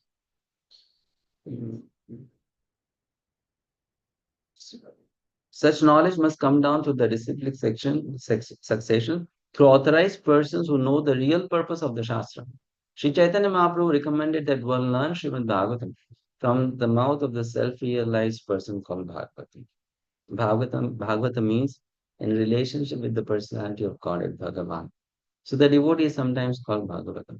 And the book that is in relationship with devotional service to the Supreme Personality of Godhead is also called Bhagavatam. Sri Chaitanya Mahaprabhu recommended that in order to relish the real taste of Srimad Bhagavatam, one should take instruction from the person Bhagavatam. Srimad Bhagavatam is relishable even by a liberated person. Shukdev Goswami admitted that although he was liberated from within the very womb of his mother, it is only after relishing Srimad Bhagavatam that he became a great devotee. Thus, one who is desirous of advancing in Krishna consciousness should relish the purport of Srimad Bhagavatam through the discussions of authorized devotees. In Srimad Bhagavatam, Canto second canto, first chapter, verse 9, Shukdev Goswami admits that although he was very much attracted by the impersonal Brahman, when he heard the transcendental pastimes of the Supreme Personality of Godhead from the mouth of his father Vyasadeva, he became more attracted to Srimad Bhagavatam. The idea is that Vyasadeva was also a self-realized soul, and his mature contribution of transcendental knowledge was delivered directly to Shukdev Goswami in the manner indicated. Associating with advanced devotees. Next is associating with advanced devotees. The importance of discussing Srimad Bhagavatam in the society of pure devotees was explained by Shaunat Muni during the meeting in Naimisharanya in the presence of Sudha Goswami. Don't just hear from a pure devotee. Hear in the assembly of pure devotees. Sometimes I think, okay, I just have to hear from a pure devotee. You have to also hear it in the right assembly. Just the speaker does not contribute to the consciousness of the Krishna Katha. The listeners also contribute to the consciousness of the Katha, the purity of the Katha. So, all of you who come for Bhakti-sastri class, don't think that the consciousness of Madhusudan Vishnu Das matters. Consciousness of each of you also matters. If you are coming in mode of ignorance to the Bhakti-sastri class, you are passing mode of ignorance to the other students. If you are coming in mode of passion, you are passing that mode. If you are coming in mode of goodness, you are passing that mode. Because it's a cumulative effect of the whole Sangha, the whole assembly. Sometimes we think it's one person's game, but it's not like that. When we all congregate to do any devotional activity, whether it is a Zoom online class, whether it is a Mangalatik, whether it's a Kirtan program, every single devotee's consciousness matters on how that activity of devotional service becomes pleasing to the Lord or displeasing to the Lord.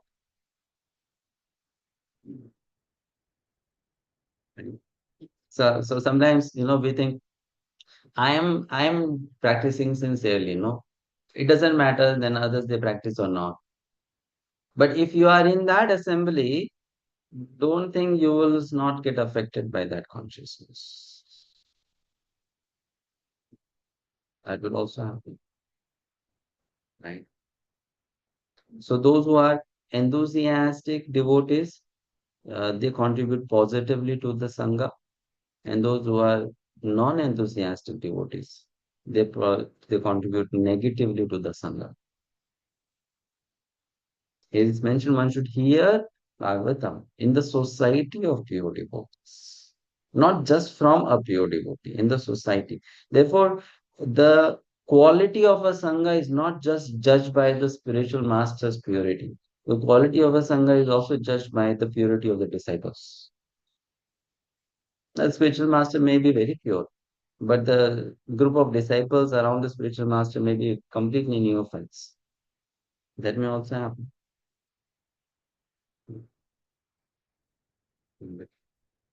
Therefore, Srila Bhakti Tirtha Swami Maharaj, he writes in one of his books, he says that those who are leaders, they should be very careful of what level of people they are having around them.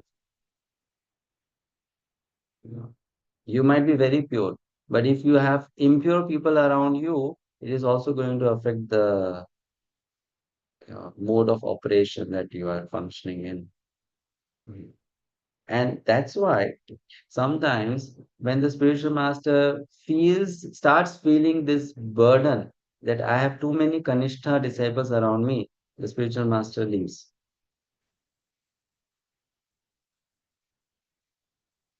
The spiritual master departs. Sometimes the spiritual master also leaves the body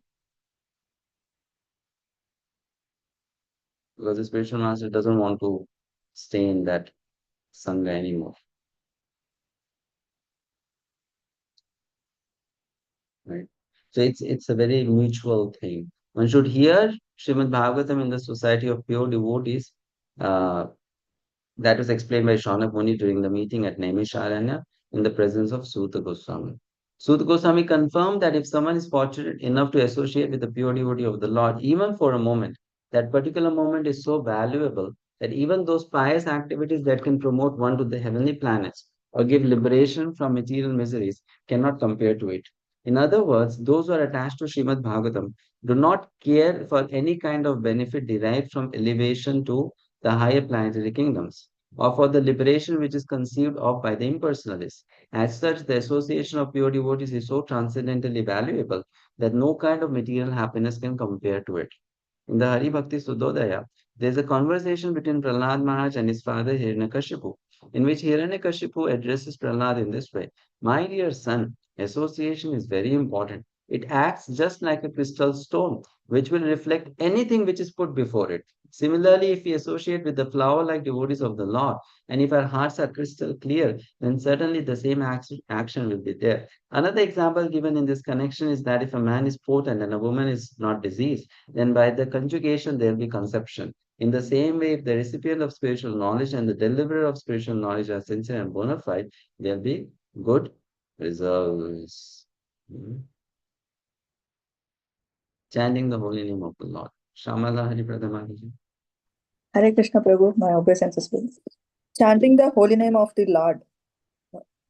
The importance of chanting Hare Krishna, Krishna Krishna, Hare Hare, Hare Rama, Rama Rama, Hare Hare is very strongly stressed in the second canto, first chapter, verse 11 of Srimad Bhagavatam. In the following way, Sukadeva Goswami tells Maharaj Parikshit, my dear king, if one is spontaneously attached to the chanting of the Hare Krishna Mahamantra, it is to be understood that he has attained the highest perfectional stage.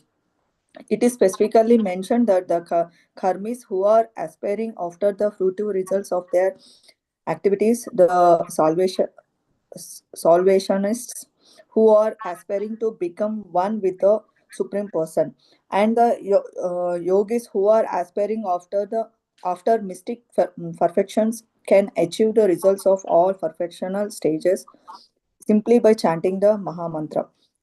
Sukadeva uses the word nirnitam, which means it has already been decided. He was a liberated soul and therefore could not accept anything which was not conclusive.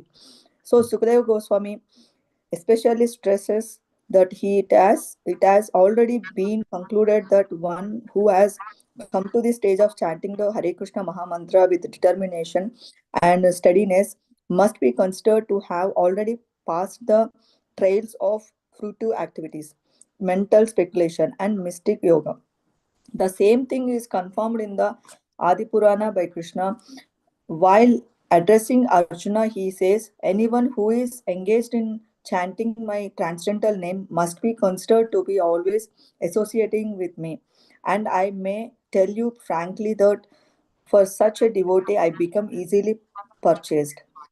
In the Padma Purana also it is stated the chanting of the Hare Krishna mantra is present only on the lips of a person who has for many births worshipped Vasudeva. It is further said in the Padma Purana there is no difference between the holy name of the Lord and the Lord himself. As such, the holy name is as perfect as the Lord himself in fullness, purity, and eternity. The holy name is not a material sound vibration, nor as it any material contamination. The holy name cannot therefore be chanted offenselessly by one who has failed to purify his senses. In other words, materialistic senses cannot properly chant the holy names of the Hare Krishna Maha Mantra. But by adopting this chanting process, one is given a chance to actually purify himself so that he may very soon chant offenselessly. Chaitanya Mahaprabhu has recommended that everyone chant the Hare Krishna mantra just to cleanse the dust from the heart. If the dust of the heart is cleansed away, then one can actually understand the importance of the holy name. For persons who are not inclined to clean the dust from their hearts and who want to keep things as they are, it is not possible to derive the transcendental results of chanting the Hare Krishna Maha Mantra. One should therefore be encouraged to develop his service attitude towards the Lord, because this will help him to chant without any offense. And so, under the guidance of the spiritual master, the disciple is trying to render service and at the same time chant the Hare Krishna mantra. As soon as one develops his spontaneous service attitude, he can immediately understand the transcendental nature of the holy names of the Maha Mantra. Hare Krishna. Thank you, Mataji. Here it is mentioned that one who has chanted the holy names of the Lord, right? Uh, mm, or one who has worshipped the Lord for many births will have the Mahamantra on his lips always. Then only that person can chant the holy name. So it may then appear in one's mind, will the devotee have to take many births to become a constant chanter of the holy name? So the Acharya say, yes, why not? Why not? Why not? So sometimes one may be very eager. I want to go back home, back to Godhead. I want to go to Golok Dham. I want to do this. I want to do that. But then, uh, what is the qualification for that? Satatam kirtayanto maam yatantasya dirvatava. So if I am not doing satata kirtana, then why am I seeking the entrance into spiritual world? So devotee will rather think, Krishna, let me, though I have a desire to come to you soon, but you first prepare me to come to you. And in that preparation, if it takes one life, I'm ready for that. If it takes 10 lives, I'm ready for that. If it takes 1,000 lives, I'm ready for it. First, let me get prepared. Let me come to that level. But that coming to that level may take time, may not take time. I'm ready for both. I'm ready to pay the price and then come to that level.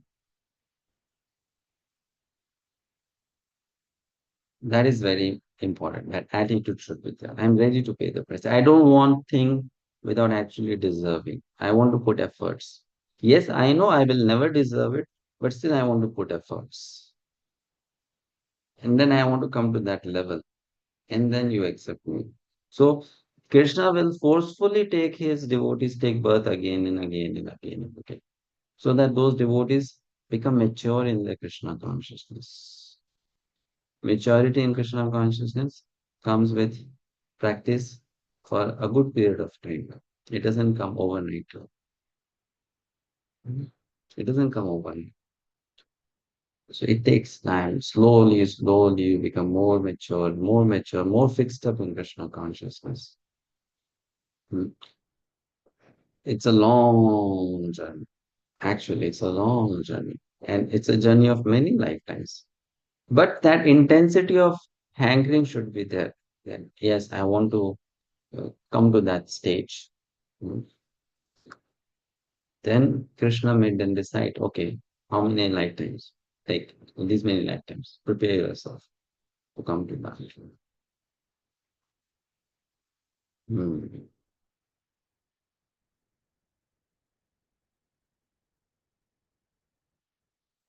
Okay, next.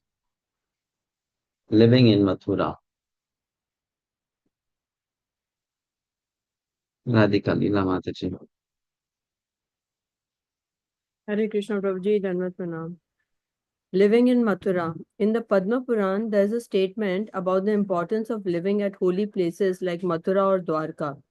It is stated there, to travel to different places of pilgrimage means to attain emancipation from material bondage. This emancipation, however, is not the highest perfectional stage. After attaining this liberated stage, one has to become engaged in devotional service to the Lord. After attainment of Brahmabhuta liberation stage, one can further advance to engagement in devotional service. So, this attainment of transcendental loving devotional service to the Lord is the goal of life, and it can be achieved very easily by one who lives in the Mathura Mandala, even for a few seconds. It is further said, who is that person who will not agree to worship the land of Mathura? Mathura can deliver all the desires and ambitions of the fruitive workers and of the salvationists who desire to become one with the Supreme Brahman. Certainly, Mathura will deliver the desires of the devotees who simply aspire to be engaged in the devotional service of the Lord. In the Vedic literature, it is also stated how wonderful it is that simply by residing in Mathura, even for one day, one can achieve a transcendental loving attitude towards the Supreme Personality of Godhead. This land of Mathura must be more glorious than Vaikuntha Dham, the kingdom of God. Hare Krishna. Yes. Yes,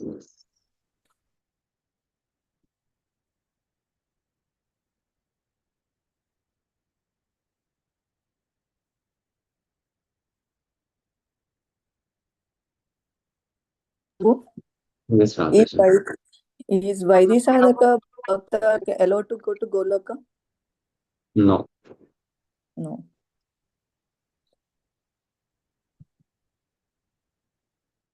Vaidhi sadhana will not give entrance there because that person's heart is not prepared for that environment, that consciousness is not prepared.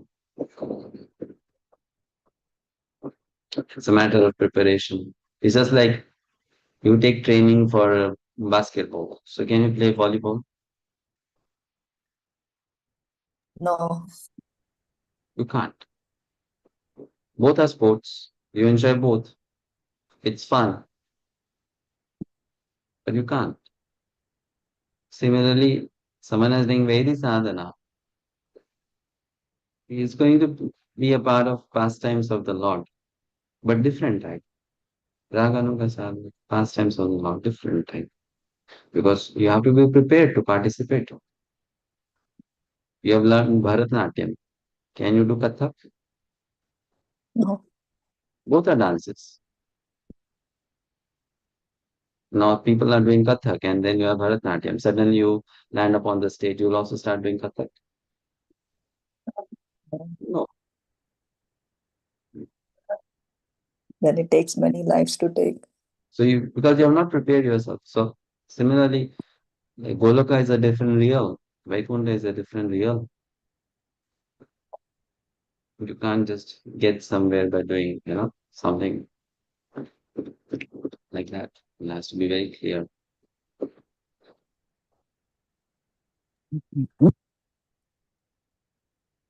Abhijit, it's written here that loving devotional service to the Lord can be very easily achieved by one who lives in Mathura Mandal even for a few seconds.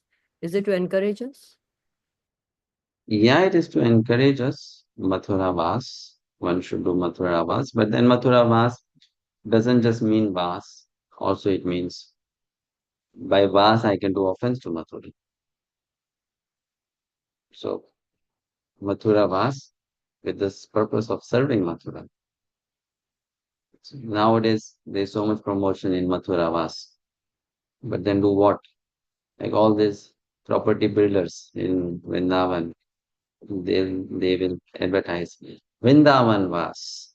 Buy this property in this society, Vrindavan Vas. Vrindavan Vas at 60 lakhs, Vrindavan Vas at 18 lakhs, Vrindavan Vas at 1.25 CR. So, but then in Vrindavan Vas, what do? You drink tea, you drink coffee, you know. So that's not really Vrindavan Vas, right? So one has to be uh, en- encouraged in Mathura Vas, but Mathura Vas for what purpose? There has to be very clear. We should go to the divine land to serve the divine land. That should be the purpose. It's like stay in the temple. Stay in the temple for what? To enjoy the facilities at the temple. No, you stay in the temple to render more service to the Lord. Isn't it? Isn't it? Not to enjoy the facilities at the temple. Similarly, Vrindavan was for what? Mathura was for what? To enjoy Mathura, to enjoy Vrindavan, or to serve Vrindavan. To that purpose. I've seen people who go to Vrindavan and they don't want to walk on by foot, uh, right? They just want to go around in rickshaw or car or a vehicle. So, what is your attitude? You have come to Vrindavan to do seva. So do some seva. Walk on that land. Do some physical labor. You know. Don't just come with the spirit of enjoyment. So most of the people at the present times who are going to Vrindavan because of so much of propagation by so many spiritual leaders preaching online. Uh, why are they going? They should know it's not for enjoyment. They are going to do some seva to Vrindavan. To go to Vrindavan to make Vrindavan dirty. They go to Vrindavan to make Vrindavan polluted. They go to Vrindavan to make Vrindavan messy. They go to Vrindavan to give trouble to the Vrajavasis living in Vrindavan. So what is the point then? You go to Vrindavan to serve Vrindavan, just like Srila Prabhupada went to Vrindavan to do seva. How did he do seva? He made Vrindavan famous all over the world. He glorified Vrindavan by going to Vrindavan.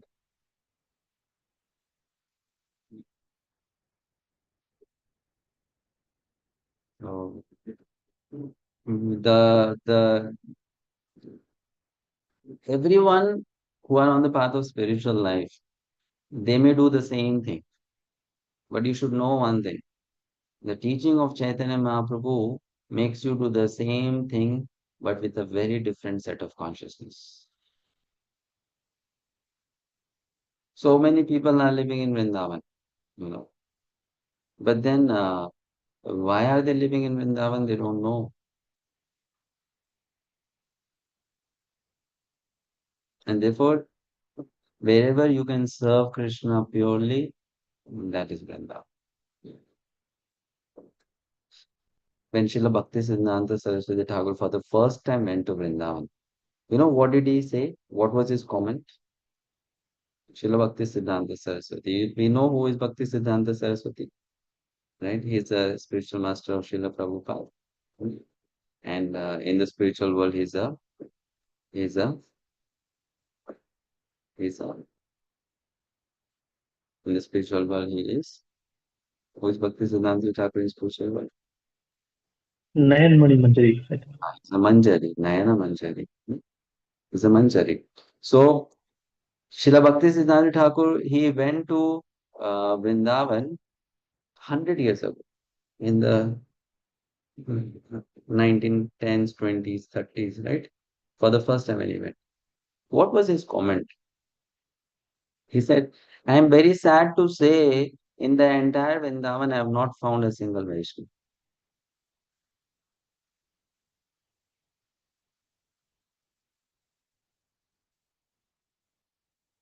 He said this. In the entire Vrindavan, I have not found a single Vaishnava.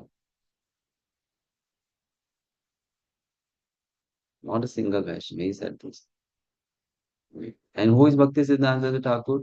He's not a sentimental personality. He's the ray of Vishnu, personally invited to this world by a great acharya like Bhakti Vinod Thakur, right? A Naishtika Brahmachari. Hmm? very qualified personality, very qualified. He said, I did not find a single Vaishnava in Vrindavan. That was his statement. So therefore, Prabhupada's teaching is that wherever you can purely serve Krishna, wherever you can render pure devotional service, actually that is Vrindavan.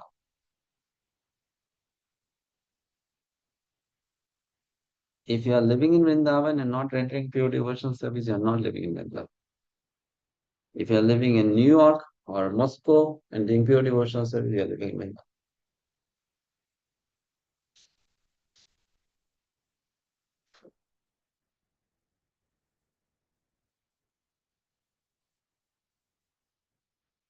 But yes, this is true. If we go to the Holy Land and not commit any offenses to the Holy Land, then the Holy Land will bless us.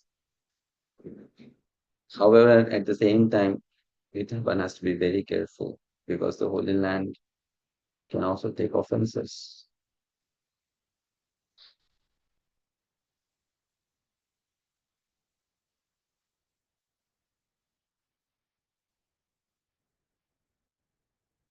Right?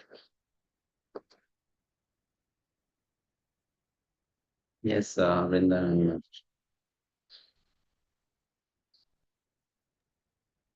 In the verse that describes 9 processes of pure devotional service, Shravanam, Kirtanam, Vishnu Smaranam, I wonder why only Dasyam and Sakyam are mentioned, and later it doesn't continues with Vatsalya, Madhurya, but goes with Atma Nivedanam. Are they summarized in Atma Nivedanam? No, Mataji. Here, when you say about Dasyam and Sakyam, we are not talking about rasa. That's a different thing. That is a different subject matter, 5 rasas. Here, we are not talking about rasa. This Dasya is not rasa.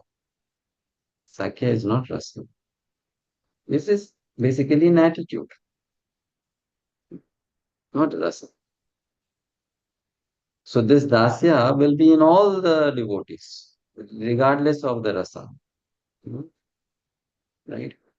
Uh, the the Sakya is also in all the devotees, regardless of the rasa.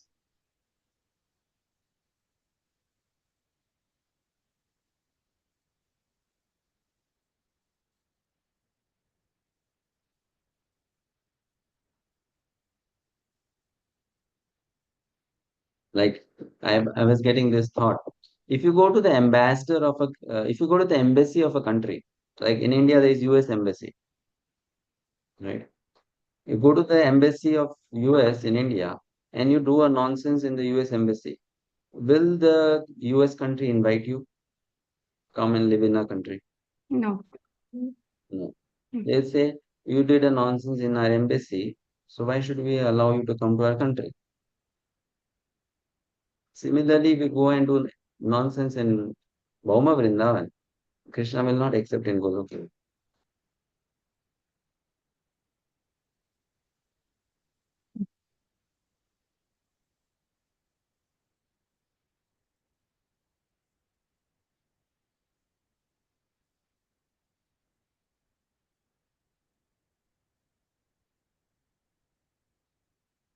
So one has to be very careful. The people, they are so sentimental. I mean, these days, there's so many Bhagavad Kathakars are so popular on social media, and they just say anything and everything, and they think so because we know so many scriptures and this and that, so we can just speak on devotional service and bhakti. Fine, it's all fine what you are trying to do or trying to encourage people. But then, if you just encourage people with the positive and you don't educate them to check the negative, then in Ishopanishad, you have studied that in the commentary of Madhvacharya, that if you just look at the positive and you don't look at the negative, then you are going to have problems in your practice. Mm. So both has to be seen. So one has to be very careful of not committing an offense. Why Srila Bhaktisiddhanta, Srila Prabhupada, they refuse us to study Rasa Leela, intimate affairs of Radha and Krishna. Why? Why not discuss Krishna Leela in the confidential secrets of Krishna Leela uh, in neophyte stage? Why? Because they know that if you commit even an iota of offense to that most pure thing, you may be rejected for millions of lifetimes to not enter into that zone.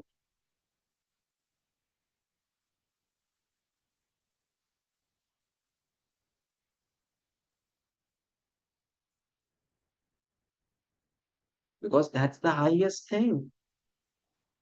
And we are at the lowest platform. And from that lowest platform, if out of whimsicality or arrogance or some stupidity, you do even a little mistake or little offense, they may mark it in your report card.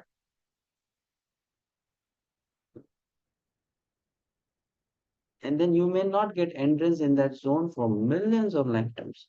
So it's like losing your own good fortune. Correct. Losing your own good fortune. So therefore, they are very careful that you go very gradual, make slow progress, but gradual progress, steady progress. So therefore, the way the science of pure devotional service as given by Gaudiya Vaishnava Acharya, especially Srila Rupa Goswami, the other Goswamis, is most safe and most secure path to reach that highest destination. It's like that. You have to understand. It's more safe and more secure.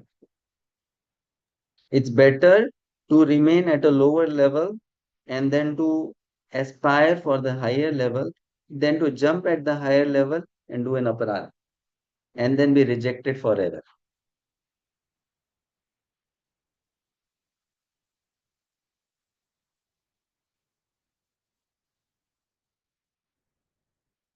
Therefore, Srila Bhakti-sastri Thakur, he did not become a Babaji.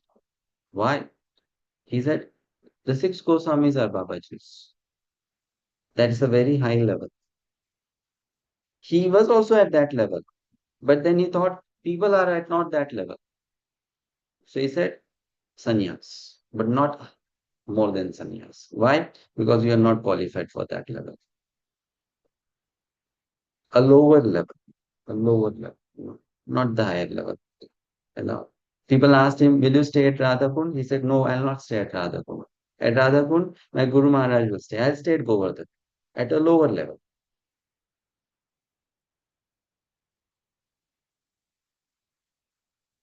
Fine. If someone will tell him, discuss Rasa Leela, he'll say, no, I'll not discuss Rasa Leela. I'll discuss Prahlad Maharaj's teachings from Srimad Bhagavatam, Canto 7. So when they discuss Prahlad Maharaj's teachings, no, I'll not discuss Prahlad Maharaj's teaching. I'll discuss first canto. Discuss first canto. No, first Bhagavad Gita. You start from the basics. Someone will say, I'll do Leela Smarana or Nam Smarana. So Bhakti Siddhanta will say, no, start from Nam Shravana. Smaran is later stage. You start with Shravan. And then you come to Kirtana. Right? Therefore, those who focus on the basics of Krishna consciousness, they'll attain the advanced stage. Those who focus on the advanced stage, they'll go nowhere.